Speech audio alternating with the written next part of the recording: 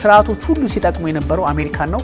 አሜሪካ ደግሞ አሁን ስትመለከተው ይበቃናል አይነት ነገር ነው። በተለይም ፕሬዚዳንት ዶናልድ ትራምፕ እያራመዱት ያለው ጉዳይ ነው። ሳምንት ባልሞላ ጊዜ ውስጥ አሜሪካን የቬኔዙዌላ ነዳጅ መጠቀም ጀምራለች፣ መሸጥም ጀምራለች። ለሀገራት በሉዓላዊ እኩልነት የማይመደቡ ከሆነ ወይ ለዓለም አቀፍ ግንኙነት ያዛዥና የታዛዥ ይሆናል ማለት ነው። የባህር ህጉም የምኑም ሊሰራ ይችላል።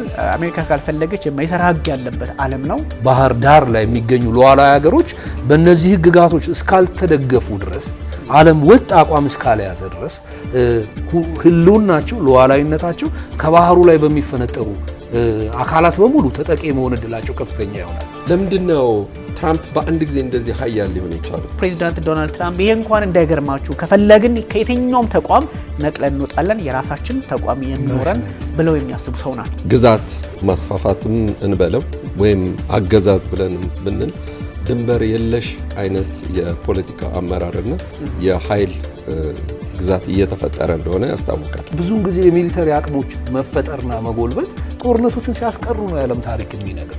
ትራምፕ ዓለምን ራሱ ግለሰባዊ የማድረግ አቅም እንዳላቸውም አሳይተዋል። ጤና ይስጥልን ተመልካቾቻችን፣ የተለያዩ ዓለም አቀፋዊ ጉዳዮችን በጥልቀት የሚዳስሰው ኤንቢሲ ዓለም አቀፍ ተጀምሯል። ዛሬ ሁለት እንግዶች ይኖሩናል።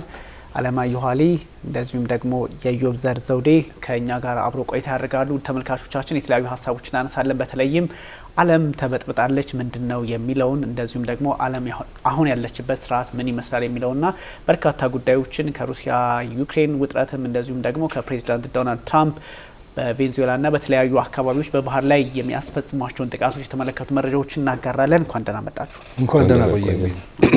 እንግዲህ ትንሽ ለየት ያሉ ነገሮችን እየተመለከትን ነው። ከዚህ ቀደም ኦፍ ኮርስ የተለመዱ ሊመስሉ ቢችሉም አንዳንድ ፓናማ አካባቢ ተመልክተናል። ያው የነ ሳዳም ሁሴን ይታወሳል። የአሜሪካ ተመሳሳይ ድርጊቶች አሉ ተብሎ ቢታሰቡም ይሄኛው ግን ሞር የዓለም አቀፉ ሕግ በተለይም ከማድሮ መያዝና እዛ አካባቢ የማሪኔራ የተሰኘችው መርከብ ደግሞ የራሽያ መያዟን ተከትሎ ዓለም ምን እየሆነች ነው የሚል ሀሳብ ይነሳልና እንግዲህ የዓለም ሕግ የሚሰራው እስከ ምንድነው? በእርግጥ እስካሁን ሰርቷል ወይ?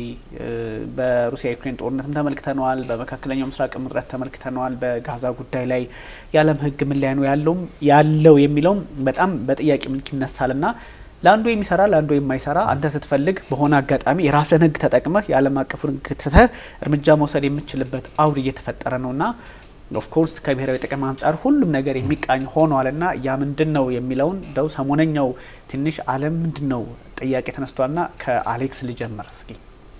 መልካም እንግዲህ እንደምናየው የግዛት ማስፋፋትም እንበለው ወይም አገዛዝ ብለን ብንል ድንበር የለሽ አይነት የፖለቲካ አመራርና የኃይል ግዛት እየተፈጠረ እንደሆነ ያስታውቃል።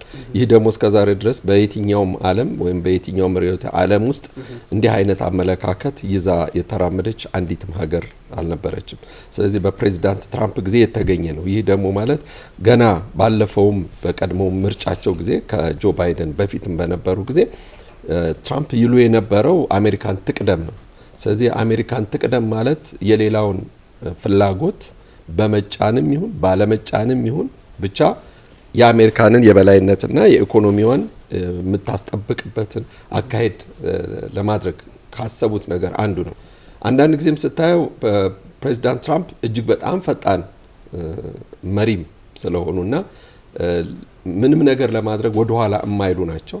ከዛ በተጨማሪ ደግሞ ማንኛውንም መረጃ ከአካባቢያቸው ሰዎች ከሚመለከታቸው ሰዎች ጋር በደንብ አድርገው ሰፊ ማብራሪያ ይዘው እርምጃ የሚወስዱ ናቸውና እንደ ሌሎቹ የሀገራቸው ሰዎች ቀድመው በዜና ወይም ደግሞ በተለያዩ አይነት የማብራሪያ ነገሮችን እንደማያካሂዱ ይታወቃል። ስለዚህ አወሩ ተገበሩ ሳይሆን ከተገበሩ በኋላ የሚያወሩ ሰው መሆናቸውን እያሳዩ ነው። ስለዚህ ቬኔዙዌላ ላይ የተደረገው ነገር ይሄ ማንኛውም በኤሌመንታሪ ትምህርት ቤት ደረጃ ያለ ማንኛውም ተማሪ ሊረዳው የሚችል ነው። የተባበሩት መንግስታትንም ሕግ የጣሰ አካሄድ ይዘው ነው የተጓዙት። የፕሬዝዳንት ማዱሮ ከየት ተነስተው ወደ ስልጣን መጡ ያ የሚያጠያይቅ ጥያቄ ቢሆንም እዛ ላይ ማንም አያገባውም። የቬኔዙዌላ ሕዝብ ውሳኔ ነው። ግን ቬኔዙዌላ ከዩጎ ቻቬዝ በፊት ምን አይነት ህይወት ነበራት? ከዩጎ ቻቬዝ በኋላ ምን አይነት ነበራት፣ ከዩጎ ቻቬዝ በኋላ በማዱሮ አገዛዝ ጊዜ ምን አይነት ኢኮኖሚ እንደነበራት ይህ በፖለቲካው ዓለም የታወቀ ጉዳይ ነው። በነባራዊም ሁኔታ የታየ ነው። ኢኮኖሚ እያሽቀለቀለ መሄዱ ይታወቃል። በሚሊዮን የሚቆጠሩ ደግሞ ቬኔዙዌላውያን ሀገራቸውን ጥለውም ሄደዋል የፕሬዝዳንት ማዱሮን አገዛዝ በመቃወም። ይበልጥ ከሶሻሊዝሙ ርዕዮተ ዓለም ጭራሽ ወደ ኮሙኒዝሙ አይነት አካሄድ ነው። እርግጥ ዩጎ ቻቬዝ በነበሩበት ጊዜ ራሱ እጅግ በጣም በርካታ የሆኑ ኢንፍራስትራክቸሮች በሀገራቸው ላይ ዘርግተዋል። የግል ሆስፒታሎችን ከማስፋፋት ይልቅ መንግስታዊ ሆስፒታሎች፣ ትምህርት ቤቶች፣ መንገዶች በጣም በሰፊው እንዲስፋፉ አድርገዋል። ከቻይናም ጋር የነበራቸውን ትልቁ ቁርኝትም በዚሁ ምክንያት ነው። ግን ያ ነገር እየተካሄደ ባለበት ሰዓት ይተማመኑበት የነበረው ነገር የነዳጅ ሀብታቸው ነው። ስለዚህ አሜሪካኖች ባደረጉት ክልከላ ወይም ደግሞ ሳንክሽን ምክንያት እናም የነዳጅ ዋጋ በመውረዱ ምክንያት በአንድ ጊዜ ኢኮኖሚ አሽቆልቁሎ ወደ ዜሮ ደረጃ መድረስ ቻለ። ይህ እንግዲህ የኢኮኖሚ አቅሟ ኃይሏንም ጭምር ሊያዳክማት ችሏል ማለት ነው። ነገር ግን ከዚህ በተጻራሪ ደግሞ በሩሲያ በኩል ከፍተኛ የሆነ የጦር ኃይል ዝግጅት ቢደረግላትም ግን ተንደርድሮ የመጣው ነገር ምንድነው? በፕሬዚዳንት ማዱሮ ብዙ ሰዎች ተቃውሞ ቢገጥማቸውም ባካሄዳቸውም ብዙ ጊዜም በመጨረሻም ላይ ከተደረገላቸውም የማስጠንቀቂያ ወይም ደግሞ ስልጣናቸውን በሰላም እንዲያስረክቡ ከተደረገም በኋላ ያሉት እንቅስቃሴዎች ፕሬዚዳንት ማዱሮ ጉዳዩን ለዘብ አድርገው ያዩት በመሆኑ ነው። ማንም ባልጠበቀ መንገድ ይህ ጉዳይ ሊከሰት ችሏል። ዋናው ጉዳይ ግን ይህ ነገር ለማን ይጠቅማል? ለቬኔዙዌላ ሕዝብ ነው ወይስ ለአሜሪካን መንግስት ነው የሚለው ነገር ነው። አሜሪካን እንደ ገዢ ሀሳብ ይዛ የምታቀርበው ነገር ቀደም ሲል በነበረው ስርዓት ከዩጎ ቻቬዝ በፊት በነበረው ስርዓት ማንኛውም እንግዲህ አገሪቷ በናፍጣ በነዳጅ የምትተዳደር በመሆኗ ኢኮኖሚዋ ብዙ የነዳጅ ማጣሪያዎቿ በአሜሪካኖች የተሰሩ ስለመሆናቸው ስለሚናገሩ እነዚያ የአሜሪካን ንብረቶች ተወርሰዋል ነው፣ ተመልሰን እንወስዳለን ነው። ስለዚህ ሳምንት ባልሞላ ጊዜ ውስጥ አሜሪካን የቬኔዙዌላ ነዳጅ መጠቀም ጀምራለች፣ መሸጥም ጀምራለች። ይህ ደግሞ ማለት ምንድነው? ወደ አውሮፓ ያለውን የዚህ የጋዝ ወይም ኤሌክትሪክ ጉዳዮችንም ለማቃለል ሊረዳት ይችላል በሷ ገዥነትና አከፋፋይነት። ይህ ደግሞ ማለት ሩሲያ ላይ ያላቸውን ጥገኝነትም ለማቅለልም ሊሆን ይችላል። እንግዲህ ሌላውም በሂደት የምንወያይ ይሆናል። ያ ብዙ ነገሮች ናቸው የሚነሱት። ይሄ የዓለም አቀፍ ጉዳይም ስለሆነ ነው። ዓለም አቀፍ ጉዳይ ሲባል ሁሉም አሁን ኢትዮጵያም ካለችበት የፖለቲካ አካባቢ ላይ ካለው ሁኔታ ከዚህ ከቀይ ባህርም አንጻር ከአንዳንድ ጉዳዮች ጋር በትክክል የሚገናኝም ነው። በተለይም አሁን ከዚህ ኦፍ ኮርስ የመንግስታቱ ድርጅት አርቲክል 2 ንዑስ አንቀጽ 4 እሱ አሁን እንደዚህ አይነት ድርጊቶችን አያበረታታም። ግን አሜሪካ እሱን በመተው ከዛ የራሷን የሆምላንድ የሆነውን ህግ የአሜሪካ ሰዎች ጫና ውስጥ ሲገቡ ዶሜስቲክ ለው በመጠቀም ይሄን አይነት እርምጃ መውሰድ ትችላለች፣ ዓለም አቀፉን ህግ በራሷ ህግ መተካት። ስለዚህ ይሄ ምን ማለት ነው? ይሄ ለብዙ አገራት በዓለም ህግ ስርዓት ውስጥ ያሉ ሀገራት ደግሞ የራሳቸውን የሀገር ውስጥ ህግን ተጠቅመው ወይም ደግሞ ብሔራዊ ጥቅማቸውን ታሳቢ አድርገው የሚፈልጉትን ጉዳይ አካባቢ ላይ ማስተካከል እንዲችሉ የሚያደርግም ስለሆነ አሁን የመንግስታቱ ድርጅትም ወጥቶ የሆነ ሀገር እንደዚህ አረገ ቢባል ሊከስ አይችልም። ፕሬዚዳንት ቭላዲሚር ፑቲን ችለው ዘለንስኪን በቁጥጥር ስር አውለው ወደ ክሬምሊን ቢወስዱ እንግዲህ አሁን ትራምፕ ያደረጉት ነገር እሳቸውም እኛም ህግ አለን ሊሉ ነው ማለት ነው። እና ይሄ ትንሽ አውዱ ከበድ ያለም ቢመስል ግን ደግሞ አንዳንድ ለብሔራዊ ጥቅማቸው ለሚፈጉ ሀገራት ለሚለፉ ሀገራት ደግሞ አሜሪካ እንደዚህ ካረገች እኛ እንደዚህ ብናረግስ ምን ችግር አለው ማለት ጥሩም ባይሆንም በጎም ባይሆንም ግን ደግሞ ከብሔራዊ ጥቅም አንጻር የትኛውም አይነት ዋጋ ይከፈላልና ከዛ አንጻር ፕሬዚዳንት ዶናልድ ትራምፕ ሜኪንግ አሜሪካ ግሬት አጌን ነው ሀሳባቸው። ታላቅ ለማድረግ ደግሞ ያገኙትን እዛም እዚህ ገንዘብ መውሰድ ነውና ኤኒዌይ የኢዮብ ምናልባት እንደው ለአንዱ የሚሰራ ለአንዱ የማይሰራ ህግ ነው ዓለም ላይ እየተመለከተን ያለውና ኦፍ ኮርስ ፕሬዚዳንት ዶናልድ ትራምፕ ከጥቅማቸው አንጻር ያደረጉት ነው ተብሎ ይታሰባል። ነውም ኦፍ ኮርስ የእቺ ቤላ አንድ ተብላ የምትጠራው መርከብ ወይም ደግሞ ማሪኔራ የተሰኘችው ከቬኔዙዌላ ከኢራን ጋር እንደዚሁም ከራሽያ ጋር ግንኙነት ያላት ኦፍ ኮርስ መጨረሻ ላይ የራሽያን ሰንደቅ ይዛ ነው በቁጥጥር ስር የዋለችውና የዓለም የ1982ቱን የባህር ላይ ህግም ተሳለች በሚል ሞስኮ ከባድ መግለጫ አውጥታለች። በጣም በአፋጣኝ ልቀቁልኝ ስትል ነበርና ምን ማለት ነው የሚለውን አብረን ብናየው መልካም ዓለም በከፍተኛ የመዋቅር ለውጥ ውስጥ ነው። ይሄ የመዋቅር ለውጥ የኃይል አሰላለፎችንና የኃይል ክፍፍሎችን በየቀጠናው አዳዲስ ለውጦችን እያስተናገዱ የሚገኙበት ወቅት ነው። በየቦታውም ምናልባትም የብሔራዊ ፍላጎትን መሰረት አድርጎ የጂኦፖለቲክስ ጉዳዮች እና ደግሞ የጥቅም ላይ ብቻ የመቆም የሬል ፖለቲክስ ጌሞች በየቦታው አዳዲስ መልክና ገጽታዎችን እየያዙ መጥተዋል። እርግጥ ከ2017 በኋላ ዓለም ላይ ብቸኛው አማራጭ ወይንም ደግሞ ይሄ በሊበራል አይዲዮሎጂ ብቻ ካስት ኤንድ ሞልድ ይሄ ዓለምን ቀጥቅጦ የመያዝ አይነት ነገር የነበረው አቋም እየተሸረሸረ በርካታ ተዋንያን ምናልባትም ቀጠናዊ ይዞታን መሰረት አድርጎ ከፍ ማለት ሌሎች አማራጮችን የማየት ሌሎች የፖለቲካ ሀሳቦችን የመፍጠር እና ደግሞ ሌሎች የኃይል አሰላለፎች ጭምር ብቅ ያሉበት ሁኔታ ነው። በዚህ ቶሎ ተለዋዋጭ ወቅት ውስጥ አንደኛ በግልጽ ጀምሮ ከናፖሊዮን ጊዜ ጀምሮ ብቅ የሚለው ጉዳይ ግጭትና መላተም አይቀሬ መሆኑ ነው። ለምን ከባላንስ ይልቅ ኢባላንስ የመሆኑ ጉዳይ እውን እየሆነ ስለመጣ ጭምር ማለት ነው። በዚህም ምክንያት የቀጠናዊ ሁኔታዎች የአሜሪካን የቀጠናዊ ቀጥሎም ዓለም አቀፋዊ ጉዳዮችን የሚፈታተኑ የዩክሬን ራሻ ዋር፣ የቻይና ጉዳይ፣ ይሄ ሚድል ኢስት ላይ የተፈጠሩትን ጉዳይ ላይ ጭምር አዳዲስ ነገር ማየታችን አይቀሬ ነው። አሁን ወደዚህ ሰሞኑን ወደ ተከናወኑት ይሄ የባህርን ሕግ የሚመለከቱ የሰብአዊ መብትን ጉዳይ የሚመለከቱ የሉዓላዊነትን ጉዳይ የሚመለከቱ ጉዳዮች ግን በመሰረታዊነት ደረጃ ከ17ኛው ክፍለ ዘመን ጀምሮ ዓለም በስምምነቱ አዳብሯቸው የቆዩ ጉዳዮች ናቸው። እነዚህ ጉዳዮች ሲፎረፎቱ ማየት፣ በጥቅም ላይ ሳይውሉ ሲቀሩ ማየት ምናልባትም የዓለም አቀፍ ግንኙነትና ፖለቲካ የተገነባበትን መሰረት እንደ አዲስ እንድትቃኘው ነው የሚያደርግ። ለምሳሌ ሀገራት በሉዓላዊ እኩልነት የማይመደቡ ከሆነ ወይ ለዓለም አቀፍ ግንኙነት የአዛዥና የታዛዥ ይሆናል ማለት ነው። ይሄ ደግሞ የበፊቱን የኮሎኒያል አይነት አገዛዝ ምናልባትም በታላቅነት ስም ጭምር ከፍተኛ መስፋፋትንና ሕግም ስምምነትም ዲፕሎማሲም ደግሞ ዲፕሎማሲን ተንተርሰው የሚመጡ ኢሚኒቲዎችም ጭምር ዋጋ እንደሌላቸው የሚያሳይ ሆኖ ያመላክታል። በዚህ ወቅት ላይ እየተከናወኑ ያሉ ነገሮች ከነዚህ ውስጥ አንደኛው የዚህ የሁለት ሀገራትን እኩልነት በካደ መልኩ ቬኔዙዌላ ውስጥ በጥልቀት ገብተ ርዕሰ ብሔሩን ወስደ ከዛ በራስ ፍርድ ቤት ለመዳኘት መሞከር ሶስት ጉዳዮችን ጥሷል። አንደኛው ነገር የፖፑላር ሶቨርኒቲ የምትለውን በሀገርህ ጉዳይ ላይ የመጨረሻው ልዕልና የህዝብ ነው። ይሄ ህዝብ በራሱ ወሰንና ግዛት ውስጥ የሚያሻውን ይወስናል፣ የማያሻውን ደግሞ አውጥቶ ይጥላል። በዚህ ሉዓላዊነት ላይ ከ17ኛው ክፍለ ዘመን ጀምሮ ዓለም ሲመራበት የነበረና መሰረታዊ ህግጋት አሁን ግን በጣልቃ ገብነት እየታመሰ ያለበት መሆኑ ነው። አንደኛው ጉዳይ ላይ እዚህ ጋር የሚነሱ ጉዳዮች አሉ።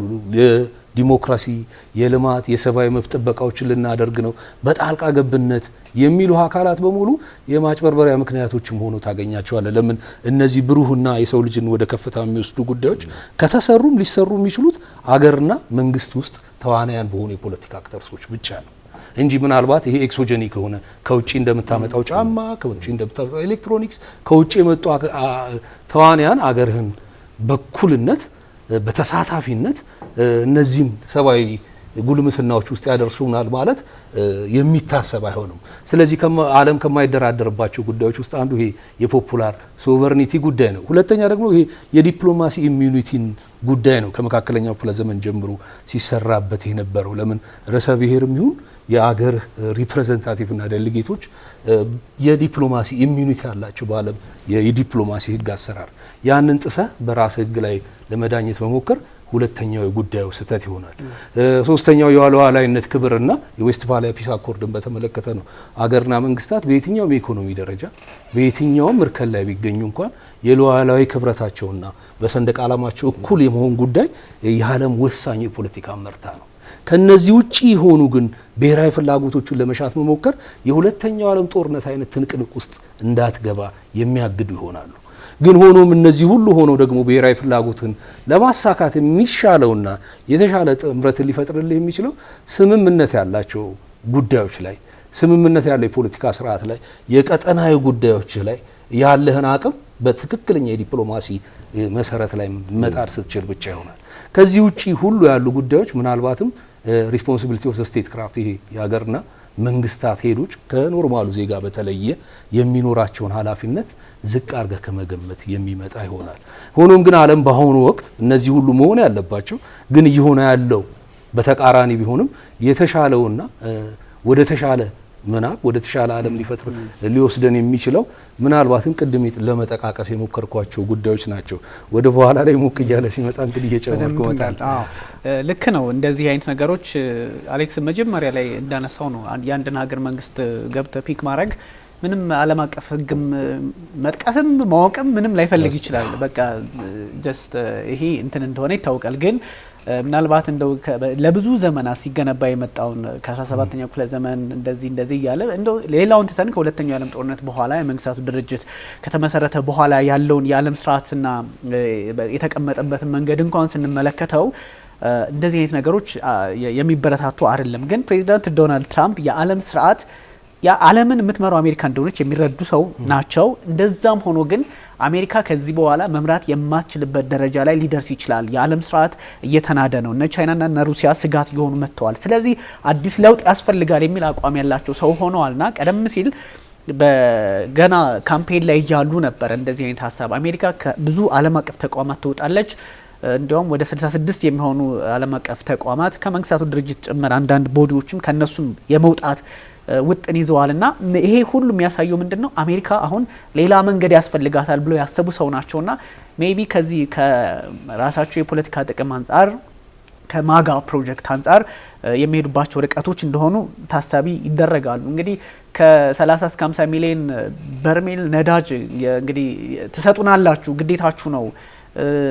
ባይዞይ ቬንዙዌላ ውስጥ እኮ መንግስት እኮ ይሄ በቃ ሪሙቭ ወይም የሬጂም ቼንጅ እኮ አይደለም የሚባለው ምክትሏን ነው እንትናን ማናቸው ዴልሲ ሮድሪጌዝ እሳቸውን ነው ያስቀመጡት። ስለዚህ የማድሮ ስርዓት እኮ ነው የቀጠለው። ስለዚህ ምንድነው ይሄ የሚያሳየው? አሜሪካ ጥቅሟን ፍለጋ እዛ እንደገባች ልክም ሆነችም አልሆነችም ግን ከጥቅም አንጻር ያደረገችው እንደሆነ ያሳያል። የሬጂም ቼንጅ ማለት የዛ አስተዳደር ሙሉ ፈርሶ ሌላ አይነት ማንነት ሲመጣ ነው። የኖቤል ተሸላሚዋን እንኳን አይ ብዙም ተቀባይነት የሉትም እርሶ አርፎ ይቀመጡ ነው ያሏቸው እና ከጥቅም አንጻር እንደሆነ ያስታውቃል። ስለዚህ ይሄ ብዙ የዓለም ሕግ ስርዓት ምናምን አለ። እንግዲህ ስርዓቶች ሁሉ ሲጠቅሙ የነበረው አሜሪካን ነው። አሜሪካ ደግሞ አሁን ስትመለከተው ይበቃናል አይነት ነገር ነው። በተለይም ፕሬዚዳንት ዶናልድ ትራምፕ እያራመዱት ያለው ጉዳይና ትንሽ አሌክስ ከጉዳዩ ጋር በጣም ቅርበት ስላለ እዛ አካባቢ ያለውን ቋንቋ እንትን ስለምትለው የዚች የማሪኔራ ወደ ሚድል ኢስት እንመጣለን። የዚች መርከብ መያዝና በዛ ላይ የሩሲያ ሰብማሪንስ ነበሩ፣ በዛ ላይ ፋይተር ጀቶች ነበሩ እና እውነት እያዩ ነው ወይ የሆነው የሚለውን ብዙ ሰዎች ጥያቄ ሲያነሱ ነበርና ከዛ አንጻርም የሆነ ሀሳብ ብሰጥ የዓለም አቀፍ ሕግ የሚሰራው መቼ ነው ምናምን የሚለውን እንኳን ብንተወው ሰው አሁን ፓወር በጣም ኔሴሰሪ የሆነ ነገሩ ፓወር ነው። አቅም ካለ ብዙ የአፍሪካ ቀንድ ሀገራት ብዙ የአፍሪካ ሀገራት ጥቅማቸውን ማስከበር ያቃታቸው ከፓወር ወይም ደግሞ ጊዜን ከመጠበቅ ግራ ቀኝ ከመመልከት አንጻር እንደሆነ የሚጠቁም ነውና በዛ በየትኛውም ማንም መርከብ በሚንቀሳቀስበት ቦታ ላይ አትላንቲክ ላይ መብቱ ነው። ማንም ኢትዮጵያም ችላም ቢሆን መርከቧን እዛ ቦታ ላይ ብታንቀሳቀስ የዓለም አቀፍ ሕግ ይፈቅድላታል። ግን አሜሪካ ደግሞ ማዕቀብ ጥየበታለው በዛች ዝር የሚል የለም የሚል አቋም ነው የወሰደችውና ኦፍ ኮርስ አሁንም ከዚህ ከአንድ ሀገር ጥቅም አንጻር አገናኝተ ኤክስፕሌን ታረግ እንግዲህ አሁን መጀመሪያውንም ስለ መርከቧ ታሪክም በመጠኑ ያሉት ዘገባዎች እንደተረዳሁት ማለት ነው የሩሲያ ዘገባዎችን በማየት አንደኛም እቺም መርከብ መጀመሪያውኑ በቱርክ እንትኖች ባለሀብቶች እንደነበረች ከዛም በኋላም ደግሞ የኢሊያ የሚባል የክሪም ተወላጅ የሆነ ሰው መርከብ እንደሆነች ነገር ግን የተመዘገበችው በሩሲያ እንደሆነች ነው የሚነገረው። ነገር ግን ገና መጀመሪያው በጋያና በምትባለው ብራዚል አካባቢ ካለች ትንሿ ሀገር ላይ ነው የሷን ባንዲራ ይዛ የምትንቀሳቀሰው እና እቺ መርከብ ብዙውን ጊዜ በጨለማና ወይም ደግሞ ሰዋራ በሆነ ቦታ ትዘዋወር የነበረች መርከብ። ሁለተኛ እንደገና ደግሞ ከፖርት ሳይሆን ከፖርት ወደ ወደ ባህር ነው ነዳጁን የምታመላልሰው የሚለው ነገር ነው። ስለዚህ ካለፈው ሐምሌ መጨረሻ ጀምሮ የአሜሪካን የስለላ ድርጅት ይከታተላት የነበረች መርከብ ነች። ከዛም በኋላ ነው አሁን ወደ መጨረሻው ላይ እንግዲህ ዲሴምበር 25 አካባቢ ላይ ነው መሰለኝ አይደለም መያዝ የቻለችው እና ውስጧ ምን እንዳለ ይታወቃል። እንዲሁ ነዳጅ ዝም ብሎ የሚፈስበት ነው። እንደ ሌላው ፓክድ ሆኖ በበርሜል የሚጓዝበት መርከብም አይደለም። ጥንቃቄም ይፈልጋል። ያ ቦታ ላይ የጦር መሳሪያም ቢተኮስ የሚያመጣው ባዮሎጂካል ሃዛርዱ ከፍተኛ።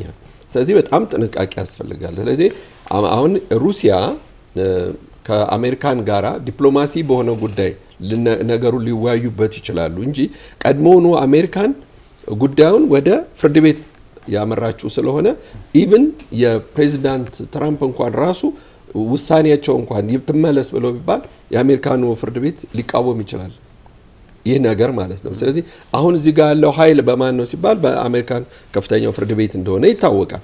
ስለዚህ ፕሬዚዳንት ፑቲንም ዝምታን የመረጡበት ዋናው ምክንያት ሁለተኛ እንደገና ደግሞ የሄዱት ሰማሪኖች ከአንድም 3 ሰማሪን ወደ መርከቧ ሄደው ነበር። ግን እዛ ቦታ ላይ ያለው ነገር ምንድነው? ሌላ ሊያባራ የማይችል ጦርነት ሊፈጠር ይችላል እዛ አካባቢ። ይህንን በመፍራት እዛ ላይ የነበሩትን 2 ሩሲያውያን ነበሩ። ኢራኖች ማነው የህንድ ዜጎችም አሉ፣ የሌሎችም የአፍሪካ ዜጎችም አሉ መርከቧን የሚያገለግሉ ማለት ነው።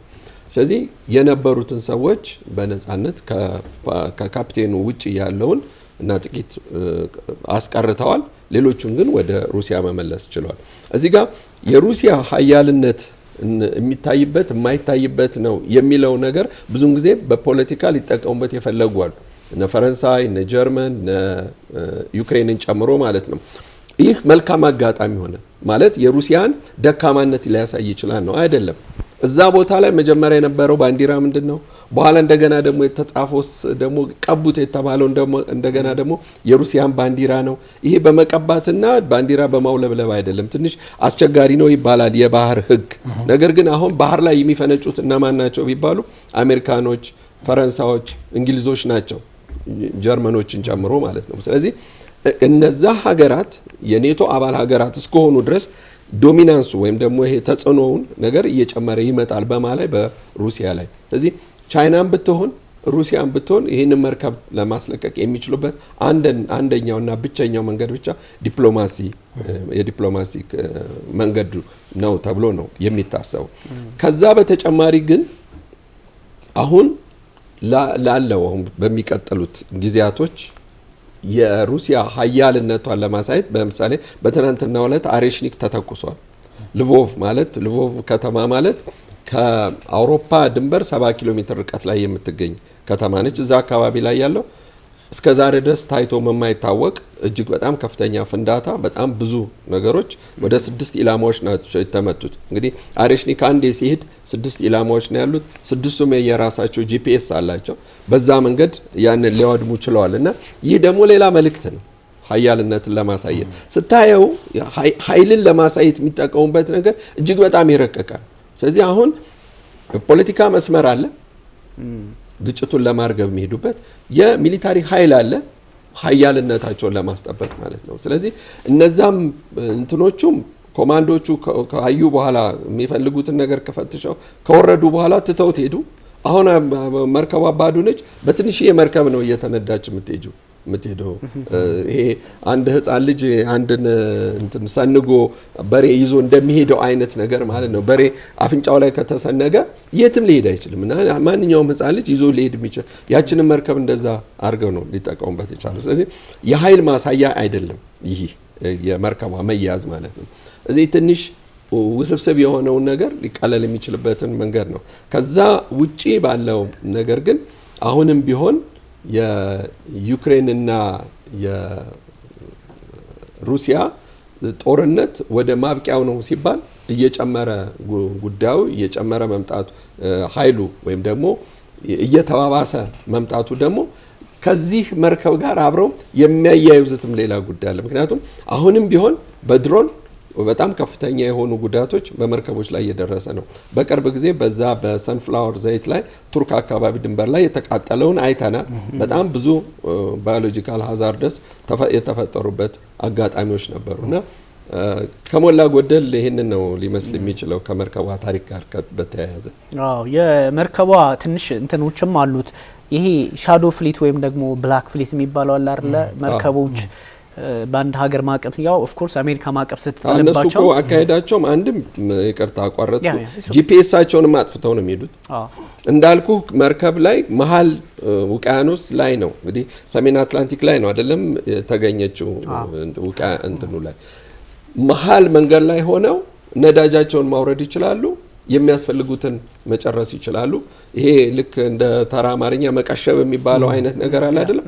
በዛ ተደርጎም ይሄ ይሰራል። ይሄ ደግሞ ገንዘብ ወደ መንግስትም አይቀርብም፣ በራሳቸው ኦዲት የማይደረግ ስለሆነ የመርከቡ ካፒቴን እና ሌሎች ሁለተኛ አካል በመሆን ሸጠው ያ ገንዘብ ለጦር መሳሪያ ግዢ ሊውል ይችላል። የጦር መሳሪያም የሚጓጓዝበት ስለሆነም ነው።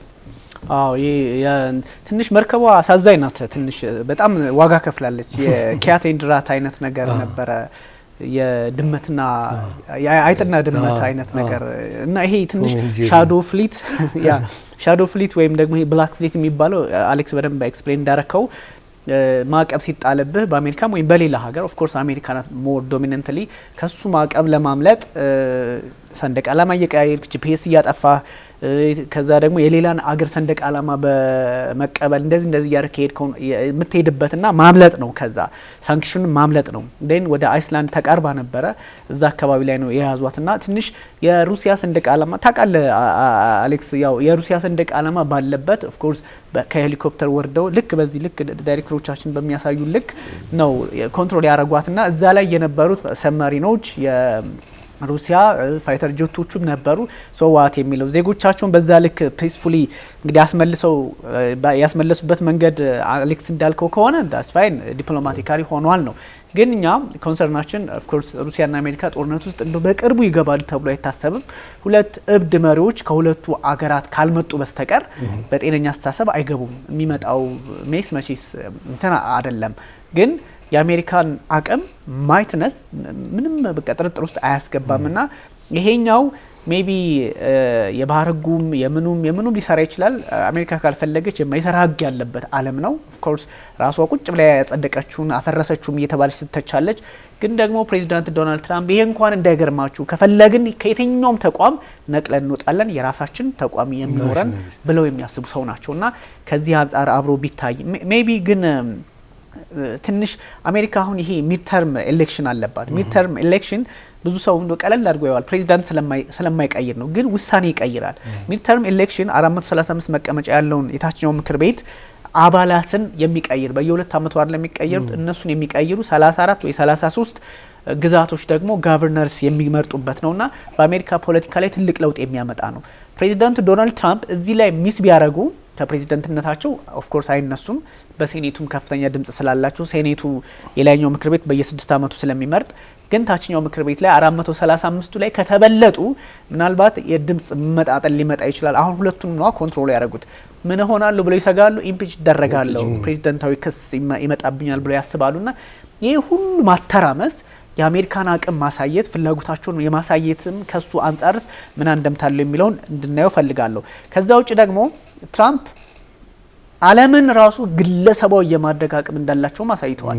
እሳቸው እኮ ፓልም ቢች ምንድነው ስሙ ማር-አላጎ ቁጭ ብለው እኮ ነው የኒኮላስ ማዱሮን ያስያዙት ቤታቸው ቁጭ ብለው ግለሰባዊ ቤት ውስጥ ሆነው ያው መሰረተ ልማቱ እንዳለ ሆኖ ኦባማ እኮ እንትናን ማናቸው ፓኪስታን ላይ ሲያስይዙ ቢንላዴን ሲቹዌሽን ሩም ውስጥ ዋይት ሃውስ ውስጥ ነበሩ። መግባታቸው እንኳን መንግስታዊ ነው ያኛው፣ ይሄኛው ኦፍ ኮርስ መንግስታዊ ነው፣ ግን የግል ቤታቸው ሆኖ እና ፕሬዚዳንት ዶናልድ ትራምፕ ብዙ ነገር ቀይረዋል። ይሄ ምን ያሳያል የሚለውንም እንደው አብረን ብናየው ሞር ከእንትኑ ጋር እያገናኛል። ኦኬ ከዚህ ከባህር ላይ ከተፈጠረው መፋጠጥ ልጀምር።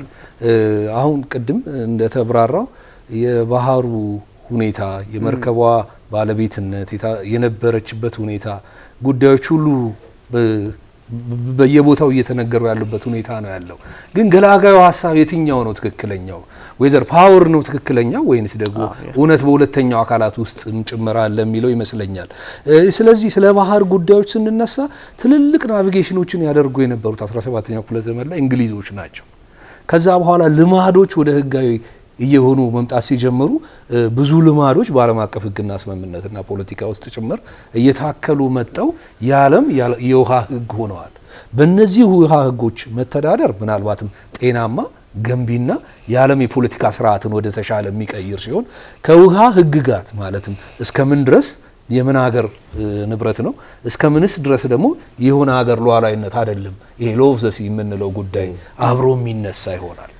ለምን ይሄ ኮስታል ሲዎች በጥቅሉ ይሄ ባህር ዳር ላይ የሚገኙ ሉዓላዊ ሀገሮች በእነዚህ ህግጋቶች እስካልተደገፉ ድረስ ዓለም ወጥ አቋም እስካልያዘ ድረስ ህልውናቸው ሉዓላዊነታቸው ከባህሩ ላይ በሚፈነጠሩ አካላት በሙሉ ተጠቂ መሆን እድላቸው ከፍተኛ ይሆናል።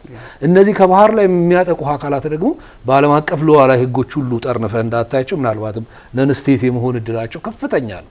እዚህ ውስጥ የሽብር ቡድኖች አሉ፣ የባህር ጠላፊዎች አሉ፣ ይሄ ከድራጋ የያዘ ህግን የሚጥሱ አካሉ ሁሉም ደግሞ የሞተር ቦት ጀት ተጠቃሚዎች ናቸው።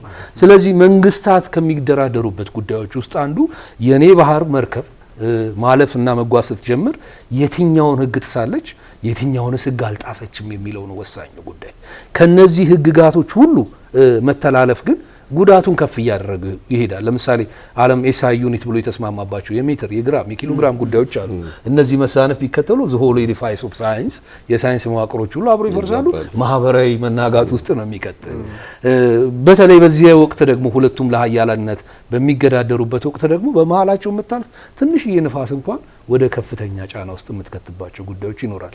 ስለዚህ እነዚህ ኮስታል ስቴቶችን በተመሰረተና የዓለም ዩኒፎርም የሆኑ ህግጋቶች እስከምንስ ድረስ የአሜሪካንን ትክክለኝነት ይፈቅዳሉ፣ እስከምንስ ድረስ ደግሞ ማንም ምንም ማድረግ የማይችልበትን ወሰነ ግዛት ይኖራል፣ እስከምን በኋላ ነው ለሉዓላዊ ሀገራት ከባድ ችግር የሚሆንበት የሚለውን ለምሳሌ ከሉሲ ውስጥ አንዱ ኢንዋርድ ሲ አለ። በባህሩ በሀገር ውስጥ የሚገኙ ወንዝና የወንዝ ተፋሳሶች በሙሉ የሉዓላዊ አካል ግዛት ናቸው። አይ ቲንክ ካልተሳሳሱ ከ120 ምናምን ድረስ እና እስከ ጥልቀት የሆነ ድረስ ደግሞ የዛው የኮስታል ሲ ኮስታል ስቴት ሉዓላዊ ንብረትነት አለ። ከዛ በኋላ ደግሞ ሚድዌይ ይኖራሉ። የትኛውም የንግድ የጉዞ መርከቦች የሚተላለፉበት ይኖራል። ከዛም እልፍ ብሎ ደግሞ ሲኖር አሁን ፑቲን ደጋግሞ እያቀረቡ ያሉት የኔ መርከብ በኔ ፍላግ ውስጥ ባትሆንም ሃይ ሲ ላይ ነው ኖርማል ናቪጌት ማድረግ የምትችልባቸው ቦታዎች ላይ ናቸው። ስለዚህ የትኛውም አካል ኢንተርሴፕት ሊያደርገው እንደ ፓይረሲ ወስዶ ሊያጠቃው ወይም ደግሞ ሃይጃክ ሊያደርገው አይገባም። ለምን ላለፉት ብዙ መቶ ዓመታት ዓለም ተስማምቶበት የሚሄደውን ኢንተርናሽናል ሎ እና ኢንተርናሽናል ፖለቲክስ አልተሳሳተም ወይም ደግሞ አላቀዣበርኩም ነገር ነው እንደው በከተማ ቋንቋ ለማለት ያሉት። ስለዚህ ሃይ ሲስ ላይ ስትሆን ምን አይነት እንቅስቃሴዎችን ማድረግ ትችላለህ? የቻይና ትልልቅ የባህር መርከቦች አሉ። አካባቢው ላይ ኮስታል እንቅስቃሴዎች አሉ። በንቃት የምትከታተልበት ሁኔታ አለ። ከእንደገና አርቲፊሻል አይስላንዶችን ጭምር ትገነባለህ። በተለያዩ አትላንቲክም ሜዲተራኒያንም ኢንዲያን ሬድ ሲም ላይ ቢሆን እነዚህ አርቲፊሻል አይስላንዶች ደግሞ በምን አይነት ህግ ይሰራሉ የሚለውንም ጭምር አብረህ ማየት ተገቢ ይሆናል።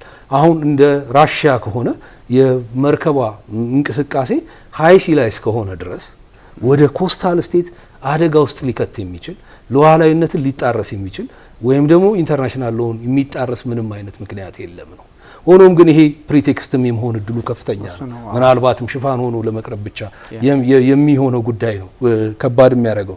ከዛ ውጪ ከተከለከሉ እንቅስቃሴዎች ውስጥ አንዱ አርማመንት ጉዳይ ነው። ይሄ መሳሪያ ታጥቀ ከባባድ የዚህ የኮስታል ስቴትን ህልውና ሊያሰጋ የሚችሉ እንቅስቃሴዎችን ማድረግ፣ ሞገዶችን መልቀቅ፣ ምናልባትም ጃሚንግ መቅደርና ከዚህ ከፍላግ እንቅስቃሴዎች ውጭ ያሉ ነገሮች በሙሉ በህግ የሚያስጠይቁ ሆነው የተደረጉ ናቸው። ስለዚህ መዳኛ የሚሆኑ እንደዚህ አይነት ጉዳዮች ላይ ከኮንፍሮንቴሽንና ከኃይል አንተም ኃይል ስትጨምር እኔም ተከታዮችን ሳበዛ መሀል ላይ ኮላይድ የማድረግ ነገር እንዳይኖር ጭምር የሚዳኝህ ይሄን መሰረት አድርገው የተቋቋሙ አካባቢያዊ ፍርድ ቤቶችንም ሪጂናል ፍርድ ቤቶችንም ይሁኑ ኢንተርናሽናል ኮርቶችንም ጭምር አብረህ አይተህ ወደ ዲፕሎማሲ ትግሉ መግባት በተለይ በዚህ ወቅት የተሻለ የሚሆንበት ጉዳይ ነው የሚሆነው። ያለበለዚያ ይሄ ኮንፍሮንቴሽኑ ወደ ኃይል ማከማታት ከሄደ አንተ ታጥቀህ እኔም ማንቀላፋበት ምንም ምክንያት የለም። እኔም ስጋት ውስጥ ነኝና መሀል ላይ ያለው አናርኪና ሴኩሪቲ ዳይለማ ሌሎችም ጉዳዮች ስለሚኖሩ እኔም ደግሞ ተሯሩጬ የምታጠቅበት ሁኔታ ይኖራል። የአካላቶችን አስከትላለሁ በነን ስቴትም ሌሎችም አክተርሶችም ጭምር እያስተካከለ አቅም እየፈጠርክ ትሄዳለህ። የሁለት አቅምና ጥርጣሬዎች ሲጋጩ ደግሞ ወደ ግጭት የማደግ እድሉ ከፍተኛ ይሆናል። ያለበለዚያ ሚቹዋል ዲስትራክሽን ፖሊሲዎችን መጠቀም ደግሞ ወሳኝ ይሆናል። እኔም እቀንሳለሁ ወይ አንተም በስምምነታችን መሰረት ኮንፍሮንቴሽኑን ሬዲዩስ እያደረከው ትሄዳለህ ነው።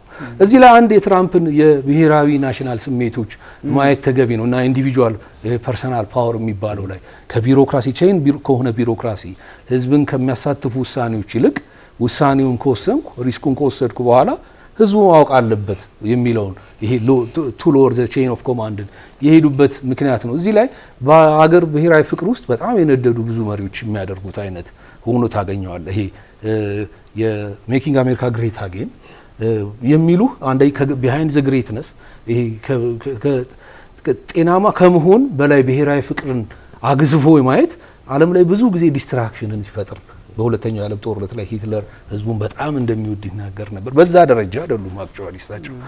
ሙሶሎኒ እንደዚህ አይነት ከባባድ ዲስኩሮቹን ያደርግ ነበር። እኛም በታሪክ ደግሞ እንደተጻፈው በርካታ መሪዎች እንደዚህ አይነት ስሜት ነበረባቸው። ይሄ አልትራ ናሽናሊስቲክ የመሆን አይነት ነገርና የአሜሪካን ጉዳዮች ቀዳሚውና የመጨረሻው አልፋው ሞሜንኮ አሜሪካን መጥቀም ብቻ ነው የሚሉት እና አሜሪካን መኖር የአሜሪካን ጉዳይ ብቻ ነው አድርገህ ማየት ምናልባት ዩኒቨርሳል ከሆኑ የዲሞክራሲ የሰብአዊ መብት የተቋማት ጉዳይ ጋር የሚያናጋ ሆኖ ይታያል እና ትክክለኛው አናሊሲስ ወይ አገር መውደድ ጤናማ ስሜት ነው፣ የሚያስደስትም ነገር ነው።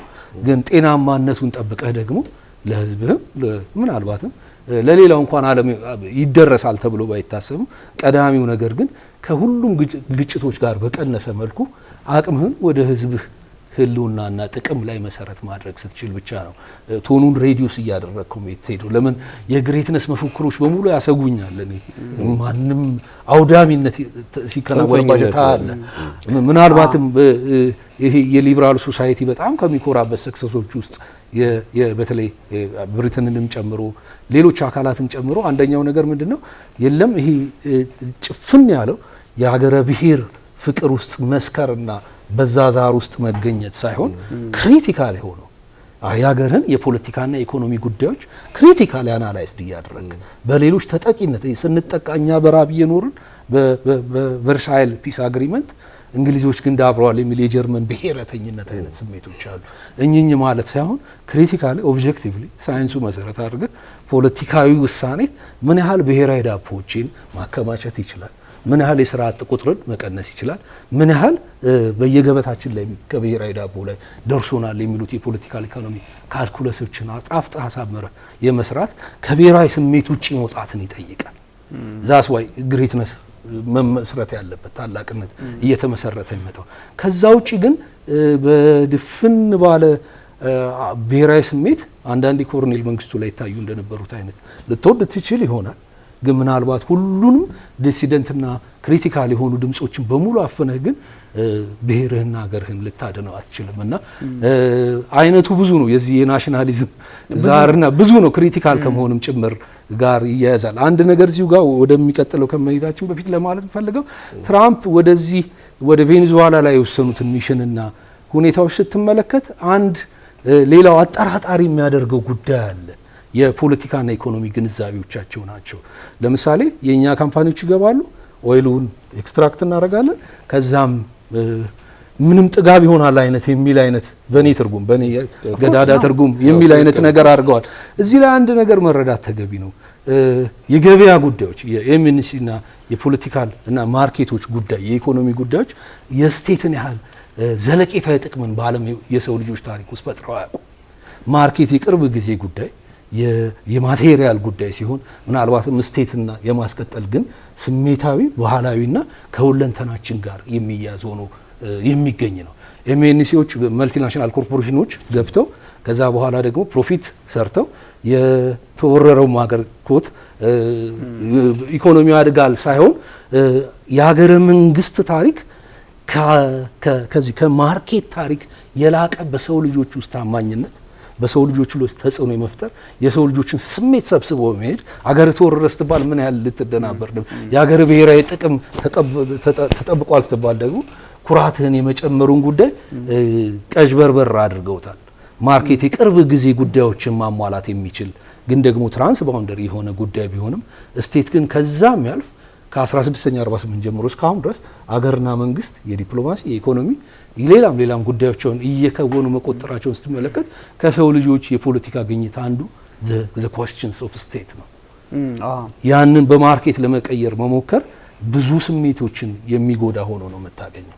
ለምሳሌ ቬኔዙዌላ ፖስት ኮሎኒያል ስቴቱ ስለሆነች እንጂ በብሔራዊ ፓትሪዮቲዝም የተደገፈ ሀገር ቢሆን መሪውን ስትወስድበት ማንም ሰው ደስተኛ ሊሆን አይችልም። እርግጠኛ ነኝ ሆነ በቃ ምንም ሊታይ ሁሉ አትሄድም። ምናልባት ለምን እኛ በህልውናችን ውስጥ የፓትሪዮቲዝም ስሜታችን ከፍ ያለ ህዝቦች ስንሆን እነሱ ምናልባት ከድህረ ቀኝ አገዛዝ በኋላ የተፈጠሩ ሀገራት የብሔራዊ ፓትሪዮቲዝም ስሜታቸውን አብረን ወረ ካላየው በጽሁፍ ብቻ ለመተንተን የሚቻል ሆኖ አላገኘሁትኝ።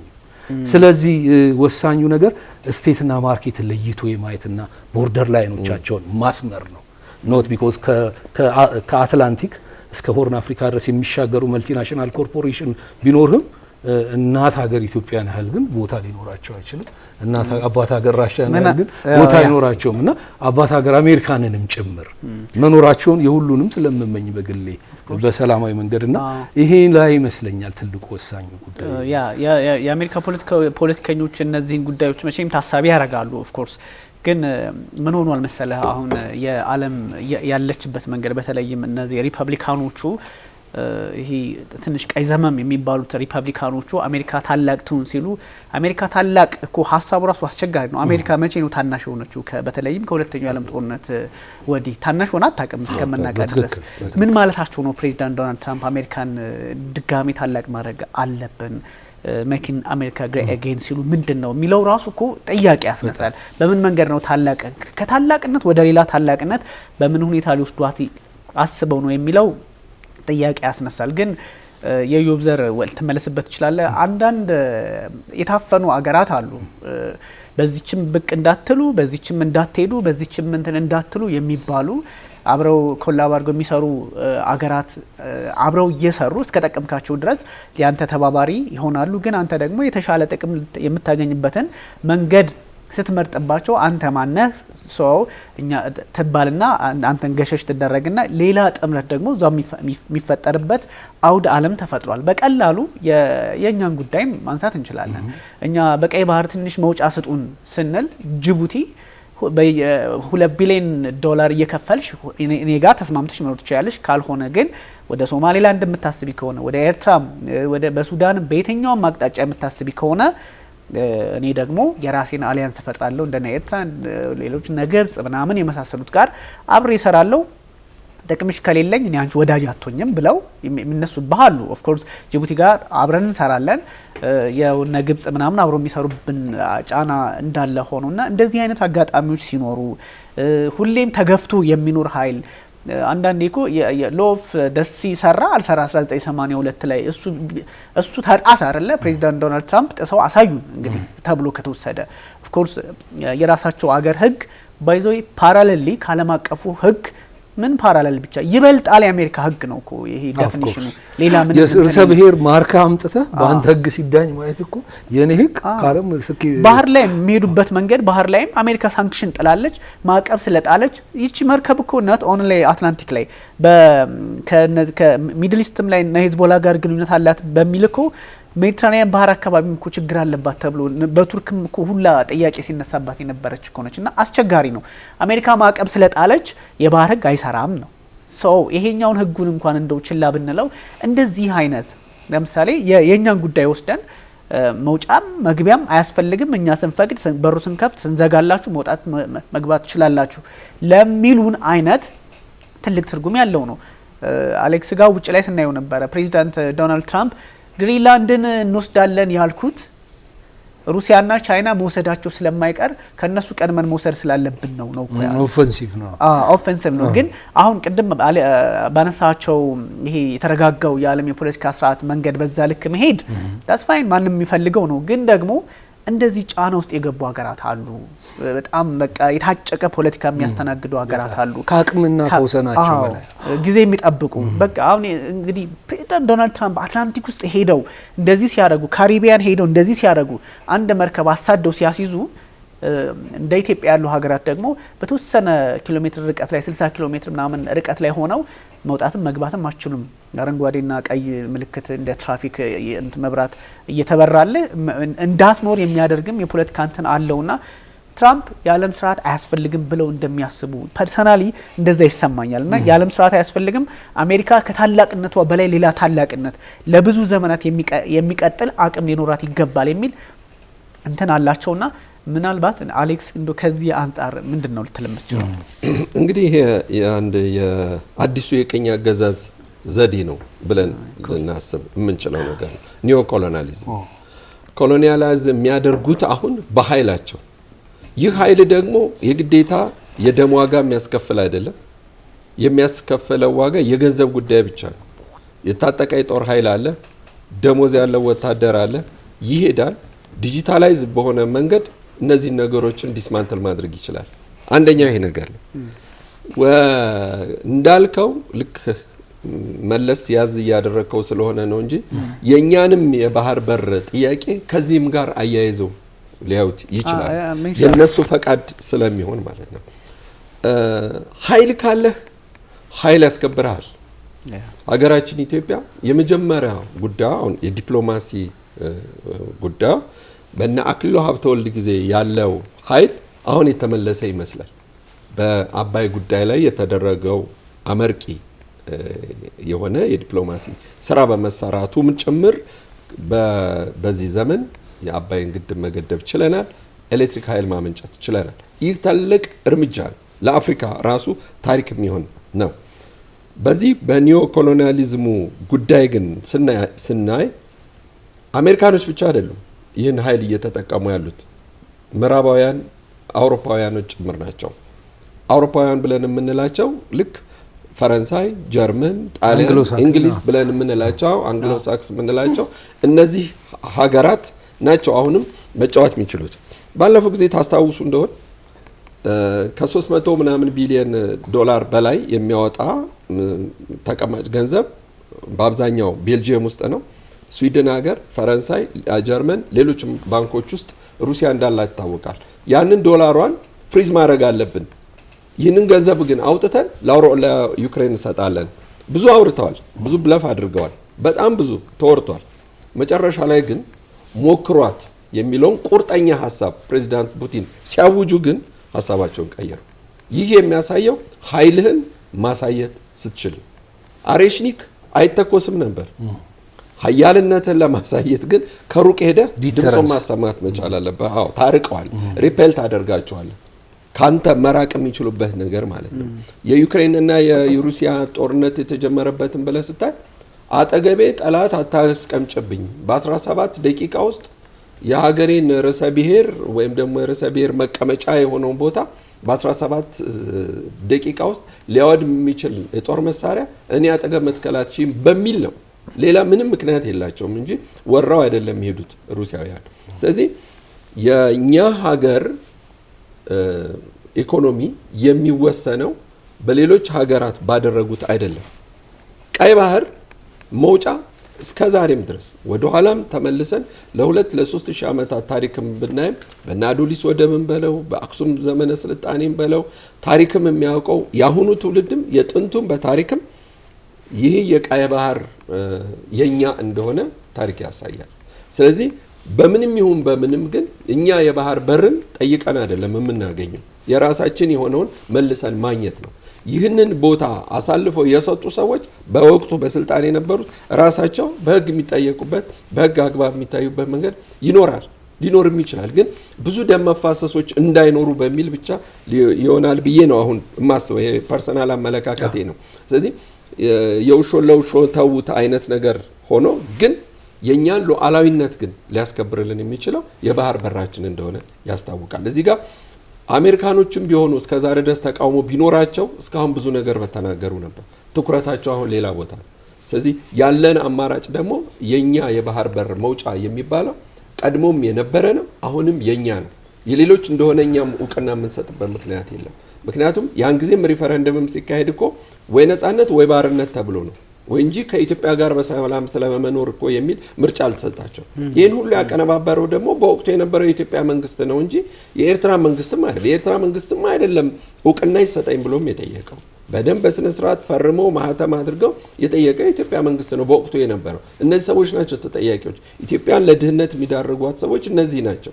ይህንን ነው ማየት ያለብን ማለት። ስለዚህ ነባራዊ ሁኔታ የኛ ስለሆነው ጉዳይ ቀድሞም የነበረው የኛ ነው፣ አሁንም የኛ ነው፣ ወደፊትም የኛ ነው ብለን ልናየው የምንችለው ጉዳይ ነው። የአሜሪካንን ሀያልነት ብለን የምንለውና አሁንም ደግሞ የለም አሜሪካን ግሬት አጌን ብለን የምንላቸው እንዲያውም ከእንግሊዝ ወይም ደግሞ ከሌሎች አውሮፓ ሀገራት በተሻለ ሁኔታ ኢኮኖሚዋ እያደገ የመጣው አሜሪካ እንደሆነች ይታወቃል። በዶናልድ ትራምፕ ጊዜ ኢኮኖሚስቶች አናሊሲስ ሲሰሩ በዶናልድ ትራምፕ ጊዜ ምን ያህል የስራ አጥ ቁጥር እንደቀነሰ ይታወቃል። ይህንን ነገር ሁልጊዜ ይህንን ማድረግ ማቻል ማለት በሌሎች ሀገራት ላይ ጉዳት በማድረስ አይደለም። አሜሪካን ራሷ የራሷን ስትራቴጂ ፈጥራ ነው እንጂ ከሀገር ክልሏ ውጪ ወጣ። እርግጥ ያ የዓለም አቀፉ የባህር ክልል መሄድ እስከቻልክ ድረስ ብሩ እስካለ ድረስ ኃይሉ እስካለ ድረስ ያንን የዓለም አቀፍ የሆነ ስፍራ ለሀገሬ በኋላ መጥቶ ሊያሰጋኝ ይችላል። ወይም ራዲዮ አክቲቭ ኤሌመንት ዝቃጭ ነው የጫነችው ያቺ መርከብ እዛ ድረስ ከመጣች ልትጎዳ ትችላለች ነው። ታስታውሱ እንደሆነ አሁን ወደ ናርኮቲክ ማጋዙ ጉዳይ ወይም ደግሞ እነዚህ ሰው አልባ የሆኑ ሁሉ ጀልባዎቹ ወደ አሜሪካ መሄድ ችለዋል የሚለው ነገር እሱ ፊክሽንስ የሚሆን እውነት የሚሆን ባናውቅም፣ ምክንያቱም በሌሎች የዜና ማሰራጫዎችም ስላልተረጋገጠ ማለት ነው። ፊልምን ያየነው የት ቦታም እንደሆነ ይታወቅ ነገር የለም። የጂፒኤስ ሎኬሽን እንደሌለው ነው የሚታወቀው። አሜሪካኖች በራሳቸው ጊዜ ያደረጉት ነው። እውነት ይሁንም አይሁንም ግን ይህ ነገር እንደ ምክንያት ሆኖ አሜሪካን እዚህ ደረጃ ላይ ልትደርስ ቻለች። በቬኔዙዌላ ላይ ታስታውስ እንደሆን ቀደም ሲልም ተነጋግረንበታል። ከሁለት ወይም ከሶስት ወራት በፊት ክረምት ውስጥ የፕሪጎዥን በህይወት መኖር ተረጋግጧል። ፕሪጎዥን የቬኔዙዌላን ወይም የማዱሮን ኮማንዶች እያሰለጠነ ነው የሚል ተልካሻ ምክንያት ይዘው ነበር። ግን ፖለቲከኞቻቸው በኋላ ግን ይህ ነገር እንደማያዋጣ አወቁት። ሰውየው እንደሞተ እርግጠኞች ናቸው። አሜሪካንም ኦልሬዲ ያረጋገጠችው።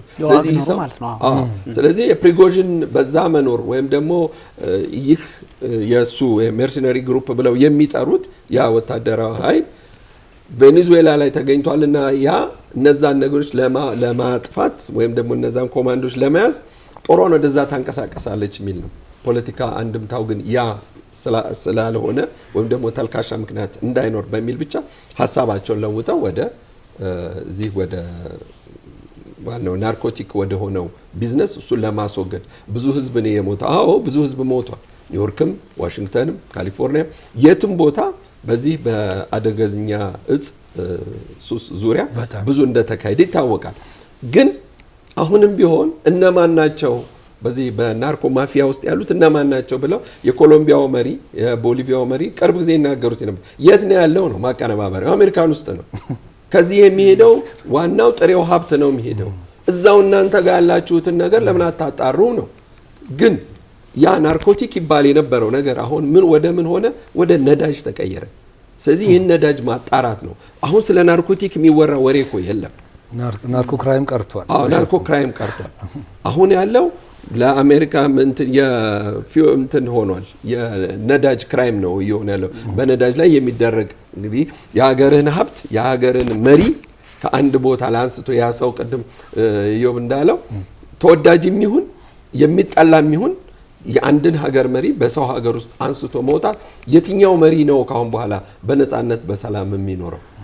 እንትናም እኮ ባለፈውም ጊዜ የቀልድም ይሁን የምር ዜሌንስኪ በወዲያኛው ሳምንት እኮ እባካችሁ እንትናን ይዛችሁልኝ ብሏል። አሜሪካንን መንግስት ጠይቃለሁ ብሏል። የቼቼንያው መሪ ካድረቭን እና ካድረቭ ከዚህ በፊት ስለዛተበት ማለት ነው። ካድረቭ የ5 ሰከንድ ትእዛዝ ብቻ ነው የሚፈልገው እንጂ ሄዶ ልክ ማዱሮ እንደወጣው እኔም ዜሌንስኪን ይዤ እወጣለሁ የማለት። ምክንያቱም የሩሲያም ዋናውም ኮማንዶ የሚሰለጥነው በዛው በቼቼንያ ግዛት ውስጥ ስለሆነ ማለት ነው። ምንም እንኳን የሩሲያ መንግስት አንድ ሪፐብሊክ ቢሆን ማለት ነው። ስለዚህ ወጣም ወረደም የአሜሪካንን አገዛዝ ወይም ደግሞ የአሜሪካንን ስርዓት እያየን በጣም እንትን በመወገዝ ባለበት ብዙ ሰው ህዝብ መጮህ ባለበት ሰዓት ግን ዝም መባሉ ፐርሰናሊ ያሳዝናል። የትኛው መሪ በተለይ አፍሪካ መሪዎች ዝምታን የመረጡት ኢቭን በህብረት ደረጃ እንኳን የተባለ ነገር የለም። ምክንያቱም ነግበኔ ይመስላችኋል ሁሉም የራሱን እንትን ለመጠበቅ ነውና ደፍረው ሊናገሩ ይቻሉት ያወገዟል በተናጥል ኤርትራም አንዷ ነች። ኤርትራማ ምክንያቱም በመጀመሪያውም በእንትን ስለነበር ነው በተናጥል ሊሆን ይችላል። እነ ሙሴቬኒም የሆነ አስተያየት ሲሰጡ ነበረ።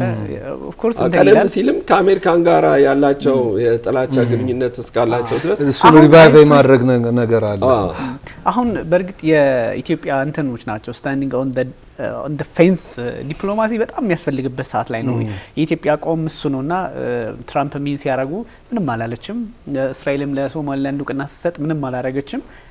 ብስለት ያለው አካሄድ ያስፈልጋል ብዬ አስባለሁ። ምክንያቱም አንዱ ላይ ተለተመህ በአንደኛው በኩል የሚመጣው ዌቭ ወይም ማዕበል ሊያጠፋ ይችላል በአሁኑ ሰዓትና እንደዚህ ግራ ቀኝ እያዩ የሀገርን ጥቅም ማስከበር ያስፈልጋል ከሚለው አንጻር ልክ ነው። እኔ ይሄኛው ፕሬዚዳንት ቭላዲሚር ፑቲንም የሚከተሉት አቋም ፕሬዚዳንት ዶናልድ ትራምፕም የሚከተሉት አቋም ግዛቶች ለሀገራችን ብሔራዊ ጥቅምና ለሀገራችን ለሴኩሪቲም ትራምፕም እኮ ግሪንላንድን ወስዳለሁ ሲሉ ሴኩሪቲውን እዛ አካባቢ ማጠናከር ስላለብኝ ነው ብለው ነው የሚያስቡት።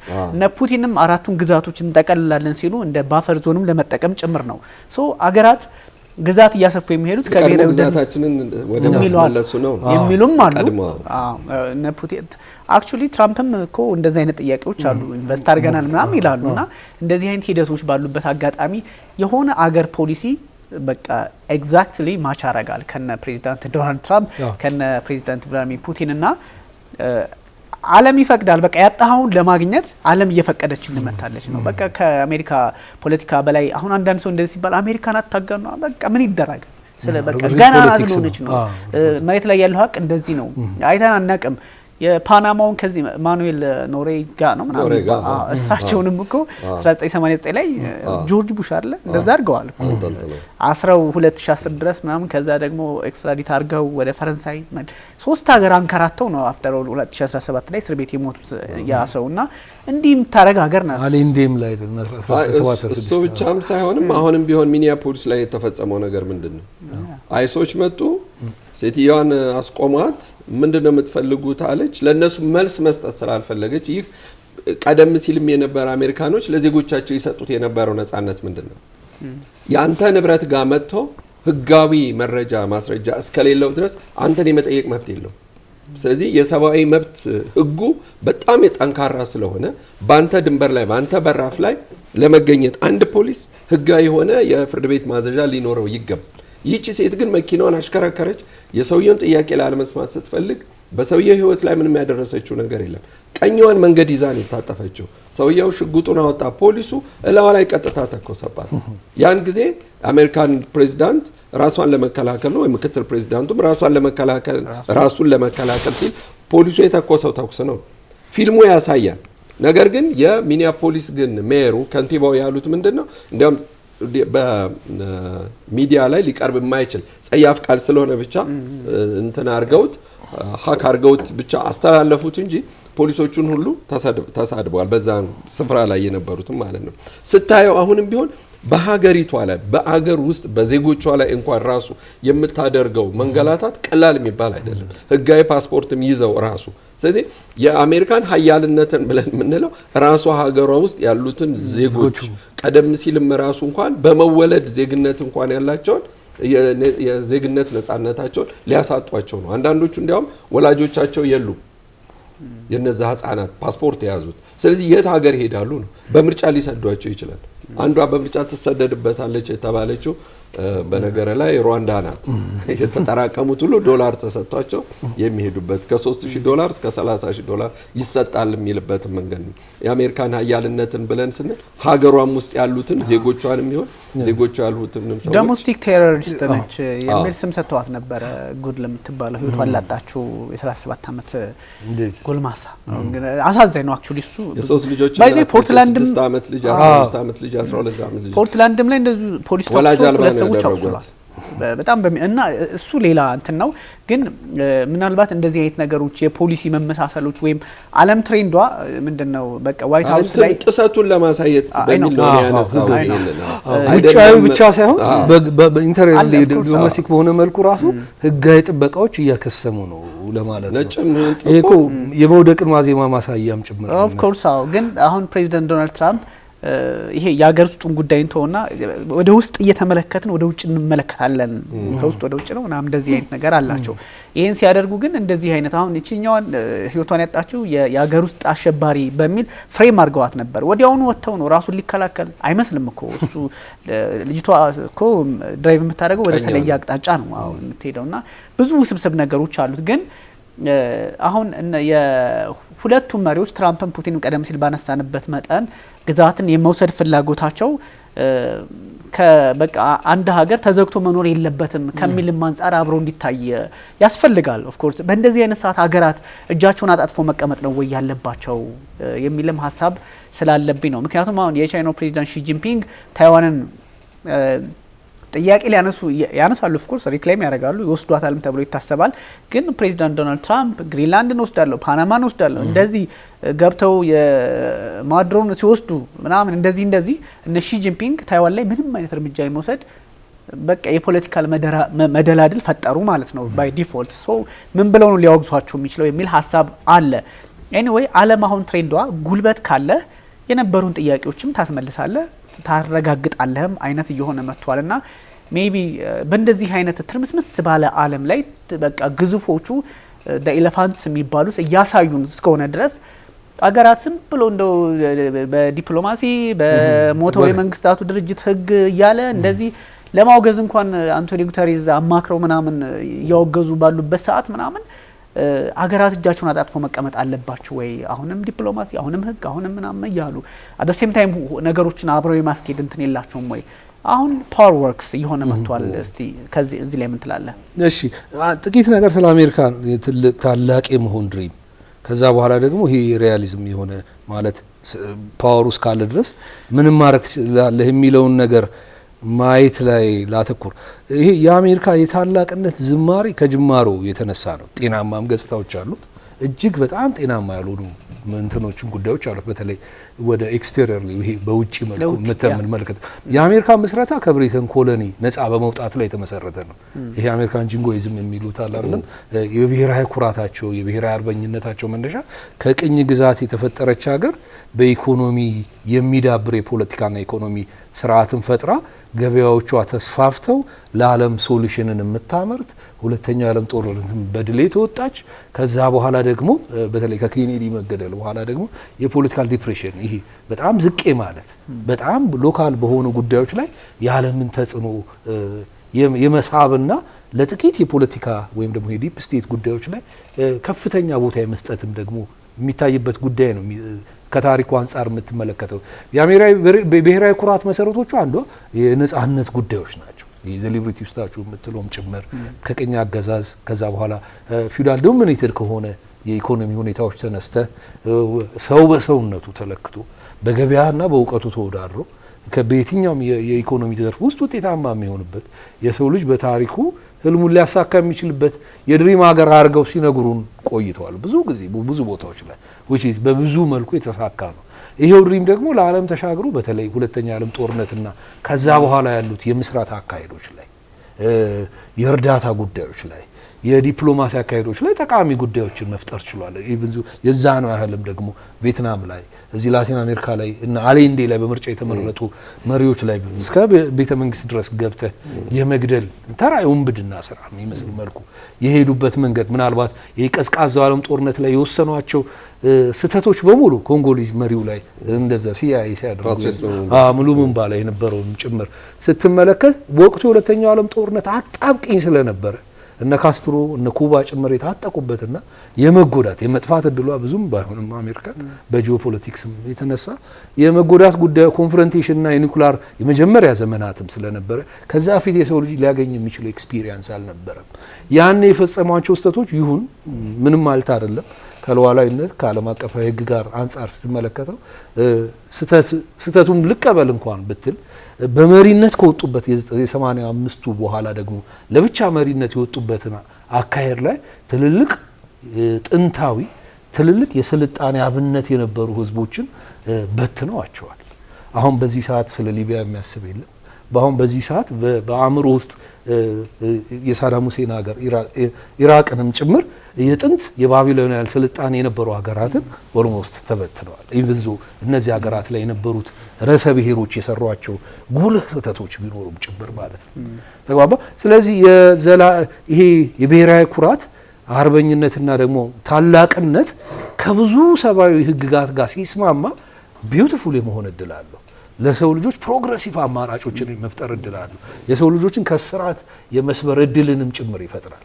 ከዛ ውጪ ያሉ የታላቅነት ምኞቶች በሙሉ ከናፖሊዮን ዛር ጨምሮ ነው ብትመለከተው የኢትዮጵያ ሚሽን ነው የሚሆኑት በተግባራዊ በነባራዊ በፕራግማቲክ ፖለቲክስ ላይ ዜሮ ውስጥ የሚከቱ ሁኔታዎች ናቸው ያሉት። ይሄ የአሜሪካን የታላቅነት የኔ መረዳት ሁኔታ ነው። በተረፈ ይሄ ማንም አቅም እስካለው ድረስ የፈለገውን የሚያደርግበት ይሄ ነው ዘዳይስ እየተከረበት የመጣበት ጉዳይ ነው። መልቲፖላር ነው ያለው ኦርደር። እዛ ውስጥ የምታደርጋቸው ወሳኝ ጉዳዮች የኃይልን የማከማቸት ብሔራዊ ፍላጎትን በኃይል የማስገደድ ወደ መስፋፋትም ይሁን ከህግ ጋር የሚጣረሱ ጉዳዮችንም ጭምር አካሄዳለሁ የሚለው ክሪቲካል ነገር ይፈልጋል። ዲፕሎማሲ ራሱ ዞሮ የፖለቲካ ፓወር ማረጋገጫ ስለሚሆን ጭምር ማለት ነው። ሮ ፓወር የሚሊተሪ ፓወር ብቻ አይደለም። ሪያሊስት ስኩል ውስጥ ስንማር እንደምትኖረው የሚሊተሪና የአርማመንት ፓወር ብቻ ሳይሆን የዲፕሎማሲና የኢኮኖሚ ፓወር ራሱ እንደ አንድ ሴግመንት ኦፍ ፓወር መታየት አለበት። አሪፍ ዲፕሎማት ከሆንክ በጣም ሀገርህን የሚወክል ኔጎሽተር ከሆንክ የቋንቋው የዓለምን የመረዳት ብሔራዊ ፍላጎት ውስጥ ካለ ድረስ ደግሞ አሁን ጠጠርህን በፈለክበት ቦታ ጥለ ብሔራዊ አቅምን የምታጎለብትበት ዘመንም ጭምር ነው። ይሄ ነው ተውል የሚሊተሪ የብረታ ብረት ኃይል ብቻ አይደለም።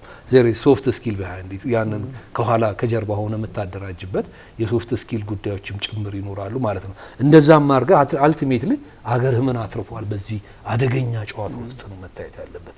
ብሔራዊ ክብሩን ጠብቆ የሉዓላዊነቱን ጠብቆ የህዝቡን ሉዓላዊነት ጠብቆ መሻገር የሚችል ሀገር ሪሊ ወንደርፉል ሀገር ነው። በታሪኩም ወደፊት የሚቆራበት ነው። ያለበለዚያ ኃይል ሁሉ የብረት የሚሊተሪ የታንክ የምናምን አድርገህ ያሰቡት ሀገራት ለምን አንዳንድ ዓለም አቀፍ ፖለቲክስ ኢንተርናሽናል እውቀቶች ከታሪክ የምትማራቸው ሆኖ ታገኛቸዋለህ። ያ በምንም ጉዳይ የርዕሰ ብሔር ጀርመን ታላቅ መሆን አለበት። አጌንስት ከሁሉም ሰብአዊ ውድመቶች በላይ የመሆን ጉዳይ ዓለም አሳፋሪና ትራጂክ የሆነ የሰው ልጆች እንደ ውሻ የተጎተቱበት ዘመንን ፈጥሮ አልፏል። አገሬም ይሁን የምቆምለት ተቋም ከፍ ማለት አለበት። ዴልሹ እርግጠኛው ግን ደግሞ እነዚህን ጨዋታዎች አሳምረህ ልትገነባቸው ይገባል። ያለበለዚያ ውድቀት ከባድና ውድቀት ቅርብ የሆነበት ጉዳይ ነው። ለምን ትልልቅ አምቢሽኖች ከህግና ከጨዋታው ከማንጎሎ የማሰብ አቅም ጋር ጅምር ሲስማሙ ብቻ ነው ታላቅ ሆኖ መቀጠል የተቻለው። በጀርመን በዛ አዝማሚያ አልቀጠለችም። እንግሊዝ በታላቅነት ቀጥላለች። ከዛ በኋላ ኦልሞስት የሚያኮራ በሆነ መልኩም ጭምር ማለት ነው። ስለዚህ እነዚህ ሁኔታዎች ነው። ሌላው ደግሞ በጣም ይሄ ሪስፖንሲቢሊቲ ኦፍ ዘ ስቴት ክራፍት የሚለው እኔ ብዙ ጊዜ የሚስበኝ ጉዳይ ነው። የዓለም አቀፍ ትምህርቶች ላይ ለምን ሁሉም ነገር ተሰራ፣ እኛም ጮሁን፣ መምህሩም ማወሩ፣ ሌላው ምን አለ፣ የመጨረሻው ነገር ውጤቱ ነው የሚባለው ነገር ላይ ነውና ርዕሰ ብሔራት የቀጠናን የዓለምን አቅም የመቀየር የመጨረሻው ራስ እኔም አንተም ከራሶቻችን ላይ አዋጠን የምንሰጣቸው ግለሰቦች ናቸው። እንደ ሰውነትንም አንዳንዴ እንረሳና ተቃውሟችን ወይም ድጋፋችን ያለ ምክንያት ይሆናል። ግን ርዕሰ ብሔር የብሔሮች ራስ እንደማለት ነው አይደል? የሁላችንም ራስ ነውና እነሱ የሚወስኗቸው ውሳኔዎች ከዚህ በፊት አሁን የነበረው ባለፈው ስና የነበረው የግሪን ፖለቲክስ ላይ የሚያኮራ ሊመስል የሚችልን ጌን ኢትዮጵያ የምታገኝበት ላይ እዛ ላይ ያለው የርዕሰ ብሔሮች ውሳኔ የመጨረሻው ፈራሚው ሰው ውሳኔ ሰብአዊ ስሜቶች እንዳሉ እየተረዳሁም ጭምር እጅግ ወሳኙ ይሆናል ማለት ነው።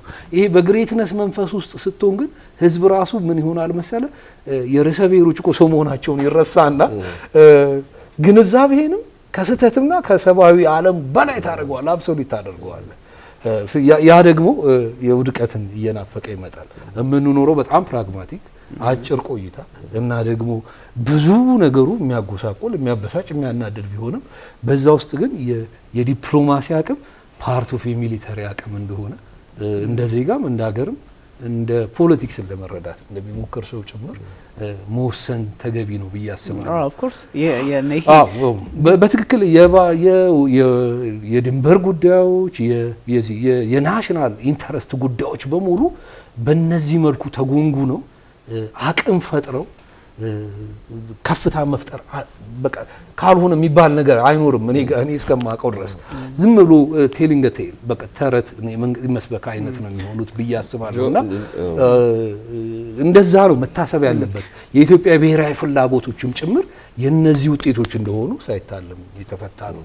ኦፍ ኮርስ እነዚህ የእንትኖች የመጨረሻ አልቲሜት የሆነ እርምጃ ካልሆነ በስተቀር ሚሊተሪ መቼም ፐርሰናሊም ሁላችንም ሪከመንድም አይደረግም። ግን ምን መሰለ እዚህ ላይ አሁን አሜሪካ ታላቅ የሆነችባቸው መንገዶች ሶፍት ዲፕሎማሲን በመከተል በዩኤስኤአይዲ እርዳታ በመስጠት ትምህርት በመስጠት እንደዚህ በሶፍት ዲፕሎማሲዎች በጣም ትሰራበት ቆይታለች። እሱም ቀጥሏል። ከዛም ሃርድ ፓወርን ተጠቀም ነበር ሀገራቶች ፈርሰዋልኩ አሁን እንኳን የ2025 እንደው ላለፈው አንድ አመት እንኳን ስንመለከት ትራምፕ ከመጡ ያልተመታ ሀገር አለ እንዴ ነው የሚባለው። ናይጄሪያ ተመታለች፣ ሶማሊያ ተመታ፣ ኢራን እንግዲህ ሁሉም ቦታ ላይ ሚድል ኢስት ላይ ሶሪያ ጭምር ሁሉም ቦታ ላይ የአሜሪካ ሶሪያ ጭምር የአሜሪካ እነዚህ ደግሞ በብዛት ስትመለከታቸው ናቹራሊ ሪሶርስ ፉል የሆኑ ሀገሮች ናቸው። ኦፍ ኮርስ እነዚህ ግን ነገሮች ያሉበት እነዚህ ሁኔታዎች ምን ይሆናሉ መሰለ አሁን በዲፕሎማሲው መንገድ በጣም ዲፕሎማሲ እየተባለ ለምሳሌ የቬንዙዌላው ተወካይ ይዞት ቀረበ። የኒኮላስ ማዱሮን መያዝ ልክ አይደለም፣ የዓለም አቀፍ ሕጉን መጣዝ አንቀጾቹን ሁሉ ጠቀሷቸው። ዴን እጃቸውን ሲያወጡ ራሽያና ቻይና እንደተለመደው እንኳን በዚህ ጉዳይ በወዳጃቸው ቀርቶ በአሜሪካ ጉዳይ ራሱ አሜሪካን የማይጠቅም መስሎ ከታያቸው ምንም ያወጣሉ ይታወቃል የጸጥታው ምክር ቤት ላይና እጃቸውን አወጡ። ዴን ምንድነው የሆነው? አሁን በዚህ ሰዓት ዲፕሎማሲ ብቻ ይሰራል ወይ? ሜቢ የዲፕሎማሲ አረዳድ አሁን ከሆነ ልክኛ እየተከተልነው ባለው ይሄ ዌስቱም ኢስቱም ግራቀኝ ምንድነው እያደረጉ ያሉት የሚለውን እንደው እንዲሁ አብሮ እኩል ከመስራት አንጻር ዲፕሎማሲውን ማሳደግ እንጂ ፎር ኤግዛምፕል ኤርትራ የባህር በር ምናምን የሚባል ነገር እንዳትጠይቂ ብላ ጉልበቷን ካሳየች፣ ጅቡቲ የምትባል ሀገር ካልጠቀምሽኝማ አብሬኑ ሞጋሽ የሚል ስሜት አላለችም። ኦፍ ኮርስ ካሳደረች ግን የሆነ ጊዜ ሶማሌላንድ ላይ የሆነ ነገር ያገኛሉ ተብሎ ግብጽ መጣች፣ አሰባሰበቻቸው። 4 ሆነው ሚሊተሪ አሊያንስ እስከ መፍጠር የደረሰ አቅም ፈጠሩ። ዴን እዛ ቦታ ላይ ከዲፕሎማሲው ይልቅ ደግሞ ትንሽ ጡንቻን ማሳየት ይፈልጋል እና ይሄ ዓለም አሁን ጡንቻው ሞር እየገዘፈ ወታደሩ ሞር እየገዘፈ ጋዛ ላይ ምናምን እኮ ዲፕሎማሲ ሰርቷል። ዲፕሎማሲ እኮ በጸጥታው ምክር ቤት ስንት ጊዜ ነው የቀረበችው እስራኤል? ስንቴ እንደዚህ አድርገሻል እንደዚህ ሆነሻል ምናምን ዲፕሎማሲ ሲሰራ አላየንም። እንግዲህ ዜን ዲፕሎማሲ ይኖራል። ዲፕሎማሲ መንገዶቹን እየጠረገ ይሄዳል። አፍተር ኦል ግን ደግሞ ጉልበቱንም ይዘህ ስትገኝ ነው። ያ ማለት ግን ዲፕሎማሲ አይሰራም ምናምን አይነት አይደለም። ያ ዲፕሎማሲ የሚለው የሚያጠቃቅለው እኮ የሚሊተሪ አቅምህንም ነው። አክቹአሊ የሆነ ብሔራዊ ፍላጎቶችን በተረጋገጠ መንገድ የማግኘት ጉዳይ ነው። ከጥንት ጀምሮ ከጥንት ከሚዲቫል ታይም ላይ ሲቀየር የመጣውና ዲተረንሶችን ትፈጥራለህ። ለምሳሌ የሚሊተሪ አቅምህን የምታሳይባቸው ሰልፍና የተለያዩ ጉዳዮች ይኖራሉ። የደህንነት አቅምህን ለዓለም ህዝቦች ሁሉ ብታሳይ የምትፈጥረው የታፈረ እወራለሁ ማለት አይደለም። የታፈረና የተከበረ ሀገር ባለቤትነትህን ነው የምታረጋግጠው። መጥፎ ለሚያስብብህ ዩቤረስ ቴዚ እዛው ብትሆን ይሻላል ነው። ጥሩ ለሚያስብ ወዳጅ ደግሞ የለም መከታህ ነኝ ነው።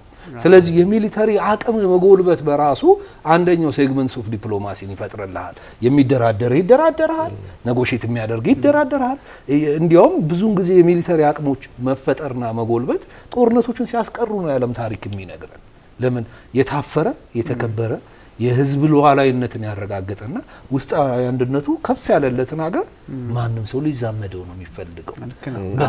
ማንም ሰው ሊወደው ነው የሚፈልገው። እዚህ ጋር አንድ ነገር መናገር የምፈልገው ነገር ምንድነው?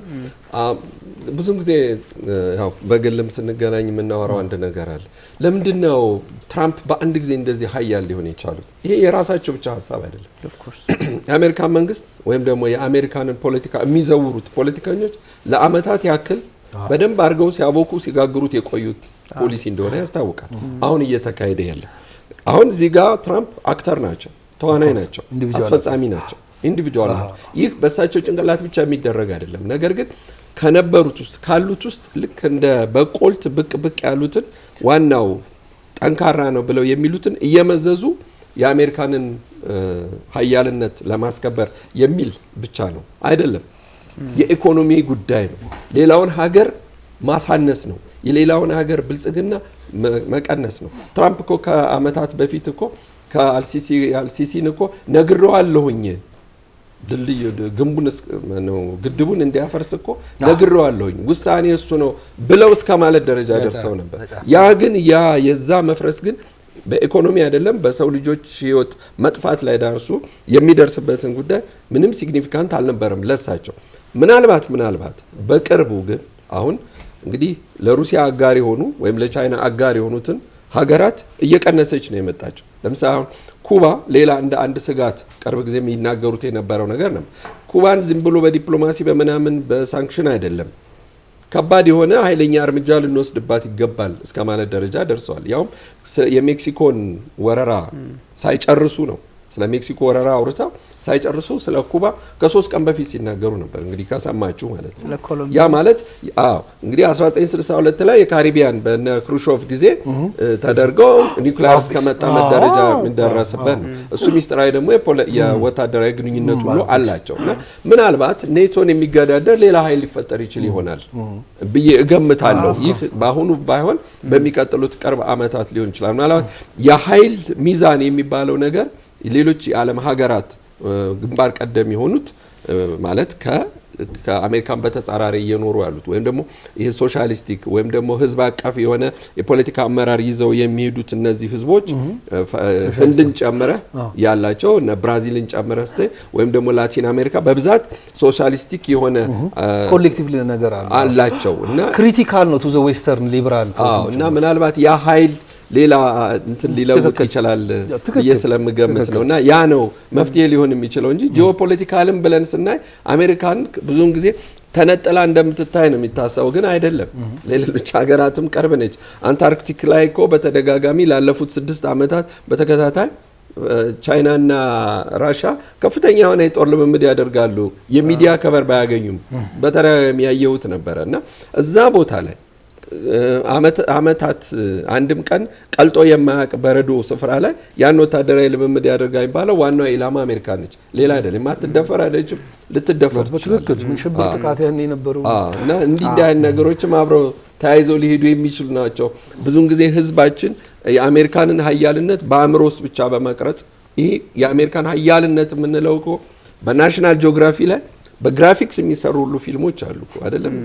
በአዞ ሆድ ውስጥ ወይም ደግሞ በዘንዶ ሆድ ውስጥ ገብቶ ከሚያነሳ ካሜራ የለም። ግን ያን በግራፊክ ካለ በሆነ ነገር ግን ይህ በቃ እንዴት ነው የአሜሪካን የደረሰችበትን የሳይንስ ልህቀት ለማሳየት ነው። የፊልም ኢንዱስትሪያቸውንም ስናይ እንደዚሁ የረቀቀ ሊያደርጉ የሚችሉት ዲጂታላይዝ ማድረግ በመቻላቸው። ስለዚህ ሁልጊዜ በአእምሮአችን ውስጥ የአሜሪካንን ኃያልነትን እንድናስብ ያደርጉታል። ስለዚህ ያቺ ትመታለች ወይም ደግሞ ልትጨቆን ትችላለች ወይም ደግሞ ህዝቦቿ በሌላው ህዝብ ዘንድ ልትጠላ ትችላለች የሚለውን አስፔክት እኛ ያየነው እንዳንኖር አድርገውናል እንጂ በህዝብ ላይ መጣላት ትንሽ ሊያሰጋ ይችላል። ግሬትነስ እኮ በዚህ በፊልሙም በምኑም እንደዚህ ተቀነባብሮም ይመጣልሃል። ፕላስ ደግሞ ያሳዩሃልም ኦፍ ኮርስ ምንም እንትን የሚባል ነገር አይደለም። ይሄኛው ትንሽ የሚሊታሪ ጉዳይ ለምሳሌ አሁን ቢፈልጉ ልክ እንደ ኒኮላስ ማዱሮ ካራካስ ክፍት ሆኖ ኦፍ ኮርስ ብዙ ሰዎች ህይወታቸውን አጥተዋል። ያን ሁሉ 150 አውሮፕላን አንድ ከተማ ላይ ሲያበሩ ሰዎችም የኪዩባ ወታደሮች ሳይቀሩ ህይወታቸውን አጥተዋል እና ትንሽ አስቸጋሪ ነገሮች አሉና ይሄኛው የኢራን አያቶላ አሊ ሀመኒ አሁን እንደው የሀገር ውስጥ ነውጥ ስላለባቸው ችግር ውስጥ ገብተው ካልሆነ በስተቀር አያቶላ አሊ ሀመኒን እንዲሁ ልክ እንደ ማድሮ ፒክ አድርጌ እሄዳለሁ ቢሉ አይችሉም ይታወቃል። እና ትንሽ ለዚህም ነው ዲፕሎማሲውም ኖሮ ፖለቲካሊም ደግሞ ጠንከር ያለ አካሄድ ኖሮ በመንግስታቱ ድርጅትም ያው እጅ ከማውጣት ከመወሰን ሀሳብ ምናምን ላያልፍ ይችላል። ግን በዛ ልክ እየሄዱ ሚሊታሪው ደግሞ አሁን ፐርፐዝሊ የጉዳዮች ማስፈጸሚያ ዋነኛው ማስፈጸሚያ ሆኗል። በተለይ በዚህ በባህር ዳርቻዎች አካባቢ ከተመለከትክ እንደዚህ አይነት ነገር ሆኗልና ምናልባት አጠር ያለ ሀሳብ ካለ ያው ቅድም እዚህ የአሜሪካንን ታሪካዊ ሁኔታ በጣም አግንኖ ማየት ሁሌም ከቅድም ለመደጋገም እንደሞከርኩት ኢንዲፔንደንት ራሱን የቻለና በራሱ አእምሮ ማዕቀፍ ውስጥ መወሰን የሚያስችል የኢንተሌክቹዋል ሙቭመንት ብዙ ጊዜ ዓለም ላይ አለ። ለምን ነፃ የሚያወጣህ እንደዚህ አይነት የእውቀት ብርሃኖች ናቸው። ግነቶች አንዳንዴ በጣም በተለያዩ የአሜሪካን አውትሌቶች በሙሉ በዚህ በኤምኤንሲ በንግድ ተኮር ድርጅቶቻቸው በፊልሞቻቸው በሙዚቃዎቻቸው እኛም ደግሞ እነሱን ለመምሰል ስንል አንዴ ሱሪ ዝቅ አንዴ ከፍ ስናደርግ የምንኖር ሆነን ስለምታዩም ጭምር ከእንደዚህ አይነት ግራም ያጋቡ ግን በአካል ደግሞ ህልውና የሌላቸው ጉዳዮች በሙሉ የሚገላግልህ የወገንህ የኢንተሌክቹዋል አቅም ነው እንደኔ። ለምን ክሪቲካሊ በፖለቲካ በኢኮኖሚ በጂኦፖለቲክስ ጉዳይ ላይ አገሬ በዚህ ጉዳይ ላይ ትገኛለች፣ ሌሎች ዓለማት ደግሞ እዚህ ጋር ናቸው፣ የኔ ሴቶች እነዚህ ናቸው፣ የኔ ወግና ስርዓት መንደርደሪያ ይሄ ነው። ይሄንን ደግሞ በቀጠናዊ በዓለም አቀፋዊ ጉዳይ ገልጬው ዓለም እጅግ መቼም ቢሆን በተለይ ለኢትዮጵያ አደልቶ የሚያውቅበት ጉዳይ የለም። በዚህ ባለፉት የጦርነት ዓመታት ጭምር የምታውቀው ጉዳይ ነው እና እነዚህ መሰል ጉዳዮች የኢንተሌክቹዋል ሙቭመንትና አቅሞችን ወሳኝ ሆኖ ታገኛቸዋለሁ። የመጨረሻው መቋጫ እውቀት ህዝብህን ነፃ ሲያወጣ ነው። ያለበለዚያ ጠቀሜታውን ብዛም አይታይም። ኖርማሊ ኖረ ማለት ትችላለህ ጭምርና ይሄንን ነው አሁን የታላቅነት እስከምን ታላቅነት ሳይደፈርነት እንዴ ብዙ እኮ አሜሪካንን የጎዱ አካላት አይተናል። ኢራን ውስጥ እኔ አብረውኝ የሚማሩ ልጆች ነበሩ። የዚህ የተለያዩ የሲአይኤ ፊልሞችን የተለያዩ ጉዳይ በጣም ይሰክሩበትና ምጥ እስከ መነታረክ የምደርስበት ጉዳይ ነበረ። ሁሉንም ነገር የህይወትን ሁሉንም መዘዋርነት በሙሉ የአሜሪካን አካላት በሙሉ የሚዘውሩት አድርጎ የጨረቃ መውጣትንም የምድር መሽከርከርንም አድርገው የሚያስቡ ልጆችን ገጥሞኛ ቃሉ እና ያን አካል እንደ ፎርቹኔት እኛን ደግሞ አንፎርቹኔት አድርጎ የማየት ጉዳይ ገጥሞኛ ቃል ከሌሎች ዜጎችም ጋር ጭምር ስንማርና ስህተት ነው። ግን የዚህ አይነቱ ጉዳይ ለምን ክሪቲካሊ ነፃ የሚያወጣ አእምሮህ ከሆነ አእምሮህ ደግሞ ለወገንህ የሚኖር ከሆነ ጭምር ወሳኙ የአርነት የነፃ የመውጣት ጉዳይ የሚጀምረው የራስን የቤት ስራ አጣፍቶ ከመስራት ነው። ኢራን ውስጥ እኮ በነበራቸው ውድቀትን ጋብዘዋል አሜሪካኖች የተለያየ ሚሽን በሄሊኮፕተር የሌላ ጉዳዮችን ጭምር እንደነገር ኢራንም ላይ ማነው ኢራን ላይ የነበራቸው ተልእኮች በሙሉ ከሽፈዋል። ሄደው እስረኞችን የማውጣት ጉዳይ ጭምር በሽብር ቀጥተኛ ተጎጂ ሆኗል። እኛም አዝነዋል። የኛ መንግስታትም ታሪኮች ጭምር የሚያሳይ በሽብር ዘመቻዎችም ላይ ጭምር ተሳታፊ የነበርንበት ጉዳይ ነው። ግምታዊ ስርዓቶቻቸው በሙሉ ደግሞ ከአካባቢ ኮንሱመሪስት ከመሆን የወጣ እንዳልሆነ ጭምር እዛው የሚማሩ የጓደኞቻችን ጭምር ይነግሯል። እንዴ አሜሪካን ይሄ ነው እንዴ እዚህም ከማመጣው እኮ በጣም ባነሰ ይፈርት እዛ በጣም ኤክሲድ አድርጌ ሂሳብ አስተምራለሁ ያለኝ ጓደኛዬን ጭምር አስታውሳለሁ። እንዲያው ለሂሳብ ትምህርት ነክ ጉዳዮች ስንፍና ይታያል። ስታቲስቲክስ ያጋዲ ሁሉ የሚባልበት ጉዳይ አለ። በዛ ላይ ሮምን ያጠፋው አይነት ኮምፈርት ዞንህን የማስፋት ጉዳይ እስከ ሎካል ኮሚኒቲው ድረስ ገብቶ የሆነ ፌርሙዝና ፍሪጅህ ሲጎድል ብቻ ወይ የሆነ ነገር ሌሲንቬድ የምትልበት አይነቱ ለጭምር ውርደትን እየፈጠረብህ ነው የሚሄደው። አዘ ኤንድ ኦፍ ዘ ዴይ ሁሉም ሲቪላይዜሽን ብሩህ ሆኖ ዘላለማዊ ሆኖ አይቀጥሉ። ያ ትልቁ ኢትዮጵያ ተምኔታ የምኞት ይሆናል። ስለዚህ ማብቂያ ይኖራል። የትራጂክ የሚያደርገው ይላሉ ማርሻበር የዚህ ማብቂያ የሌለው መንሳፈፍ ነው የሀያላን ታሪክ ይላል። አቅምህ ነጥፎ እስኪጠፋ ድረስ አቅሙ ሲነጥፍ እንደሚጠፋው ኮከብ እስከ መጥፋት ድረስ ነው የሚያደርገውና በሀያላን ፍትጊያ ውስጥ ሁሌም ግን ሊገኙ የሚችሉ ድሎች ጭምር እንዳሉ ኢትዮጵያውያንም ይሁን ኢትዮጵያንም የሚወክሉ ሰዎች ለምንድን ነው መሰለ በፊት ከነበረው ሞልድ የአንድ ብሔር ሀገር ፍለጋ ግን የተለያየ ኢኮኖሚ ሀቲንግተን እንደምትል ምድረው የተለያዩ ዓለሞች ነን በአንድ አይነት ሞልድ ልንሰራ አንችልም። ይሄ ከ2017 በኋላ ግን የተለያዩ ዓለም መሆናችንን የሚያከታትሉ ራይዚንግ ስታርስ በየቦታው መኖራቸው when you off the button አንዱ ቦታ ላይ አለመሳካት ሲገጥመን ሌሎች ቦታ ላይ ጠጠሮችን አሳምረህ የመጣል እድልህን ሰፊ ያደርገዋል። ከአንድ ሞልድ በተለያየ ካልቸሮች ለኖሩ ህዝቦች ወደ አንድ ሞልድ ተጨምቀን አንድ አይነት ጉዞ ውስጥ መግባት ያልተሳካ ሙከራን ብቻ ይፈጥራል ማለት ነው። ይሄን ነው። በተረፈ የቴሮሪዝም የተለያዩ ጉዳዮች ላይ አሜሪካን በርካታ ጤናማ አማራጮችን መጠቀም ይችል ነበር። ለምሳሌ ጽንፍ የወጣ ድህነት ለሽብር ጥቃት እንደሚያደርስ ለሽብር እንደሚያነሳሳ ዓለም ሁሉ የሚያውቀው ነገር ነው። የማርሻል ፕላንን አፍሪካ ፕላን ላይ ብትደግመው ከነ ብዙ ቁጥጥሩ ጭምር ነው የምነግርህ። ወይም ደግሞ ሚድል ኢስት ላይ ብትደግመው ለአውሮፓና ለጃፓን ድረስ ብቻ አደረግከው እንጂ የአሜሪካንም የመወደድ ህዝቦችም ሲለመልሙና ሲያቀጠቅጡ ማየት እንዲሁም ደግሞ እነሱ እንደ ጦር የሚፈሩት ፋናቲክ የሆኑ እንቅስቃሴዎችን ባሉበት በነሰፈራቸው ማድረግ በተቻለ ነበር፣ ግን አልሆነም። ስለዚህ ካልሆነ ደግሞ አማራጮቹን እያስተካከሉ ሀገራት ይቀጥላሉ ማለት ነው። ይሄኛው ኮንሰፕት በጣም ሁሉም ሰው የሚገዛ የሚያስማማ ነው ይታወቃል። ግን አሁን የዓለም ህግ ያለበት ሁኔታ እኮ ነው ዮብ አሳሳቢ የሚሆነው። ዓለም ቅድም እንዳነሳ ነው ጋዛ ውስጥ ያለውን ጉዳይ ስንመለከት እንትን ያላለ የለም፣ ግን የተፈጠረ ነገር የለም። ህጉ የት አለ? ህጉ የት ይሰራል የሚል ጥያቄ ታነሳለ። እንግዲህ የማድሮም ጉዳይ ህጉ የት አለ ትላለ።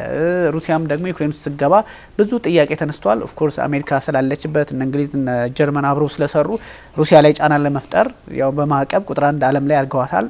እሱም አለ፣ ግን ሩሲያ ምንም የሆነችው ነገር የለምና የዓለም ህግ አሁን ያለበት ሁኔታ ነው ብዙ ጥያቄዎች እንድታነሳ የሚያደርግና የተለያዩ አማራጮችን መከተልም ያስፈልጋል ከሚል አንጻር ግራና ቀኝ ከመመልከትም ባሻገር ደግሞ ሚሊተሪ በተለያዩ አጋጣሚዎች ጠንክሮ መገኘትም ሁሌ ሶፍት ዲፕሎማሲ የማይሰራባቸው ሁኔታዎች አውድ አዲሱ የዓለም ስርዓትን በዛ መንገድም ብቻ አይደለም አሁን በተለያየ አጋጣሚ እየመጣ ነውና ከዛም አንጻር እንድንመለከተው ነው። አሌክስ አም ሶሪ ሰዓታችንም እየገፋ ነው። አንድ ነገር መሆን ያለበት ነገር ለማንሳት ፈልጌ ነው። ብዙም ጊዜ አሜሪካን በእንደዚህ አይነት ጉዳይ ላይ ዘልቃ የምትገባው ሀገራት ውስጥ ልዩነቶች ሲፈጠሩ ኢራንም ላይ ያየነው ነው። ሌሎችም ሀገራት ላይ ግሪክ እኮ የሆነ ሰዓት ላይ እኮ ልትወድቅ ነበር።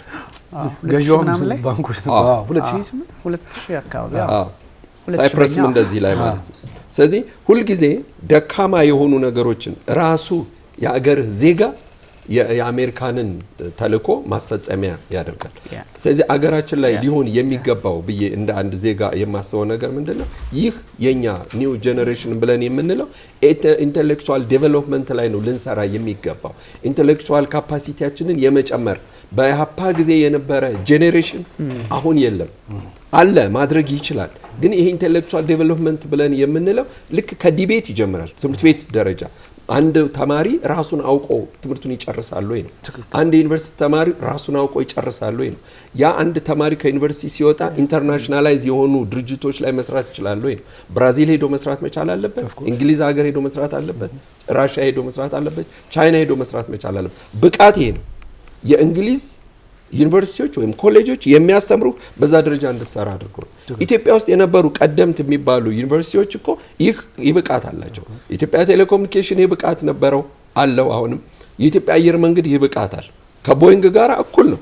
ቦይንግ የትኛውን ቦታ ላይ መጥቶ ሲፈትሽ አንድም በችሎታ ማነስ የሚወድቅ ኢትዮጵያዊ ፓይለት የለም፣ ተገኝቶም አይታወቅም። ሁሌ ኤክሲድ ነው የምናደርገው። ስለዚህ የአእምሮ ብቃታችንን የአስተሳሰብ ደረጃችንን ይዘን መቀጠል አለብን። ትምህርት ቤቶች ላይ የሚሰሩ ነገሮች ይኖራሉ። ይህ በቃ ቀጣይ ትውልድ ሊኖረው የሚችለው ነገር ይህ ነው። የአገራችን ውስጥ ያለውን ሰላም የማምጣት ጉዳይ ለሌሎች ባዕዳን ኃይላት አሳልፈን ራሳችንን አለመስጠት፣ ግን ውስጣችን ያለውን ልዩነትን ግን ሰላማዊ በሆነ መንገድ ለመፍታት ከተቻለ፣ ካልተቻለም ደግሞ ይህ ነገር ገዢ ሊሆን የሚችለውን ነገር ሀያል የሚባሉት ወይም ደግሞ ተሰሚነት ያላቸው ሰዎች በዚህ ፖለቲካ ጉዳይ ላይ ገብተው አያገባኝም የሚለው ነገር ቀርቶ ግን እንዲያገባ ሆኖ መሳተፍ መቻል አለበት ብዬ ነው የማምነው። ሁለንተናዊ ዝግጅት ያስፈልጋል አንድን ሀገር ሉዓላዊነት ለማስከበር ከሚለው አንጻር ነው። ታንኪዩ በጣም ሁለታችሁንም አመሰግናለሁ። ውድ ተመልካቾቻችን ተከታተሉት የነበረ የኢንቢሲ ዓለም አቀፍ ነው። የተለያዩ ሀሳቦችን በተለይም ዓለም አቀፍ ጉዳዮች ምንድናቸው አሁን ላይ ከፕሬዚዳንት ዶናልድ ትራምፕ አንዳንድ ውሳኔዎችና እንደዚሁም ደግሞ በካሪቢያን አካባቢ ያለው እንቅስቃሴ የባህር ህጎችን የተመለከቱ መረጃዎችንም እንደዚሁ የሀገራችንም ጉዳይ የተመለከቱ ሀሳቦችን አንስተናል። አለማየሁ አሊና የኢዮብ ዘውዴ አብረናችሁ ቆይታ አድርገናል። መልካም ጊዜ ይሁንላችሁ።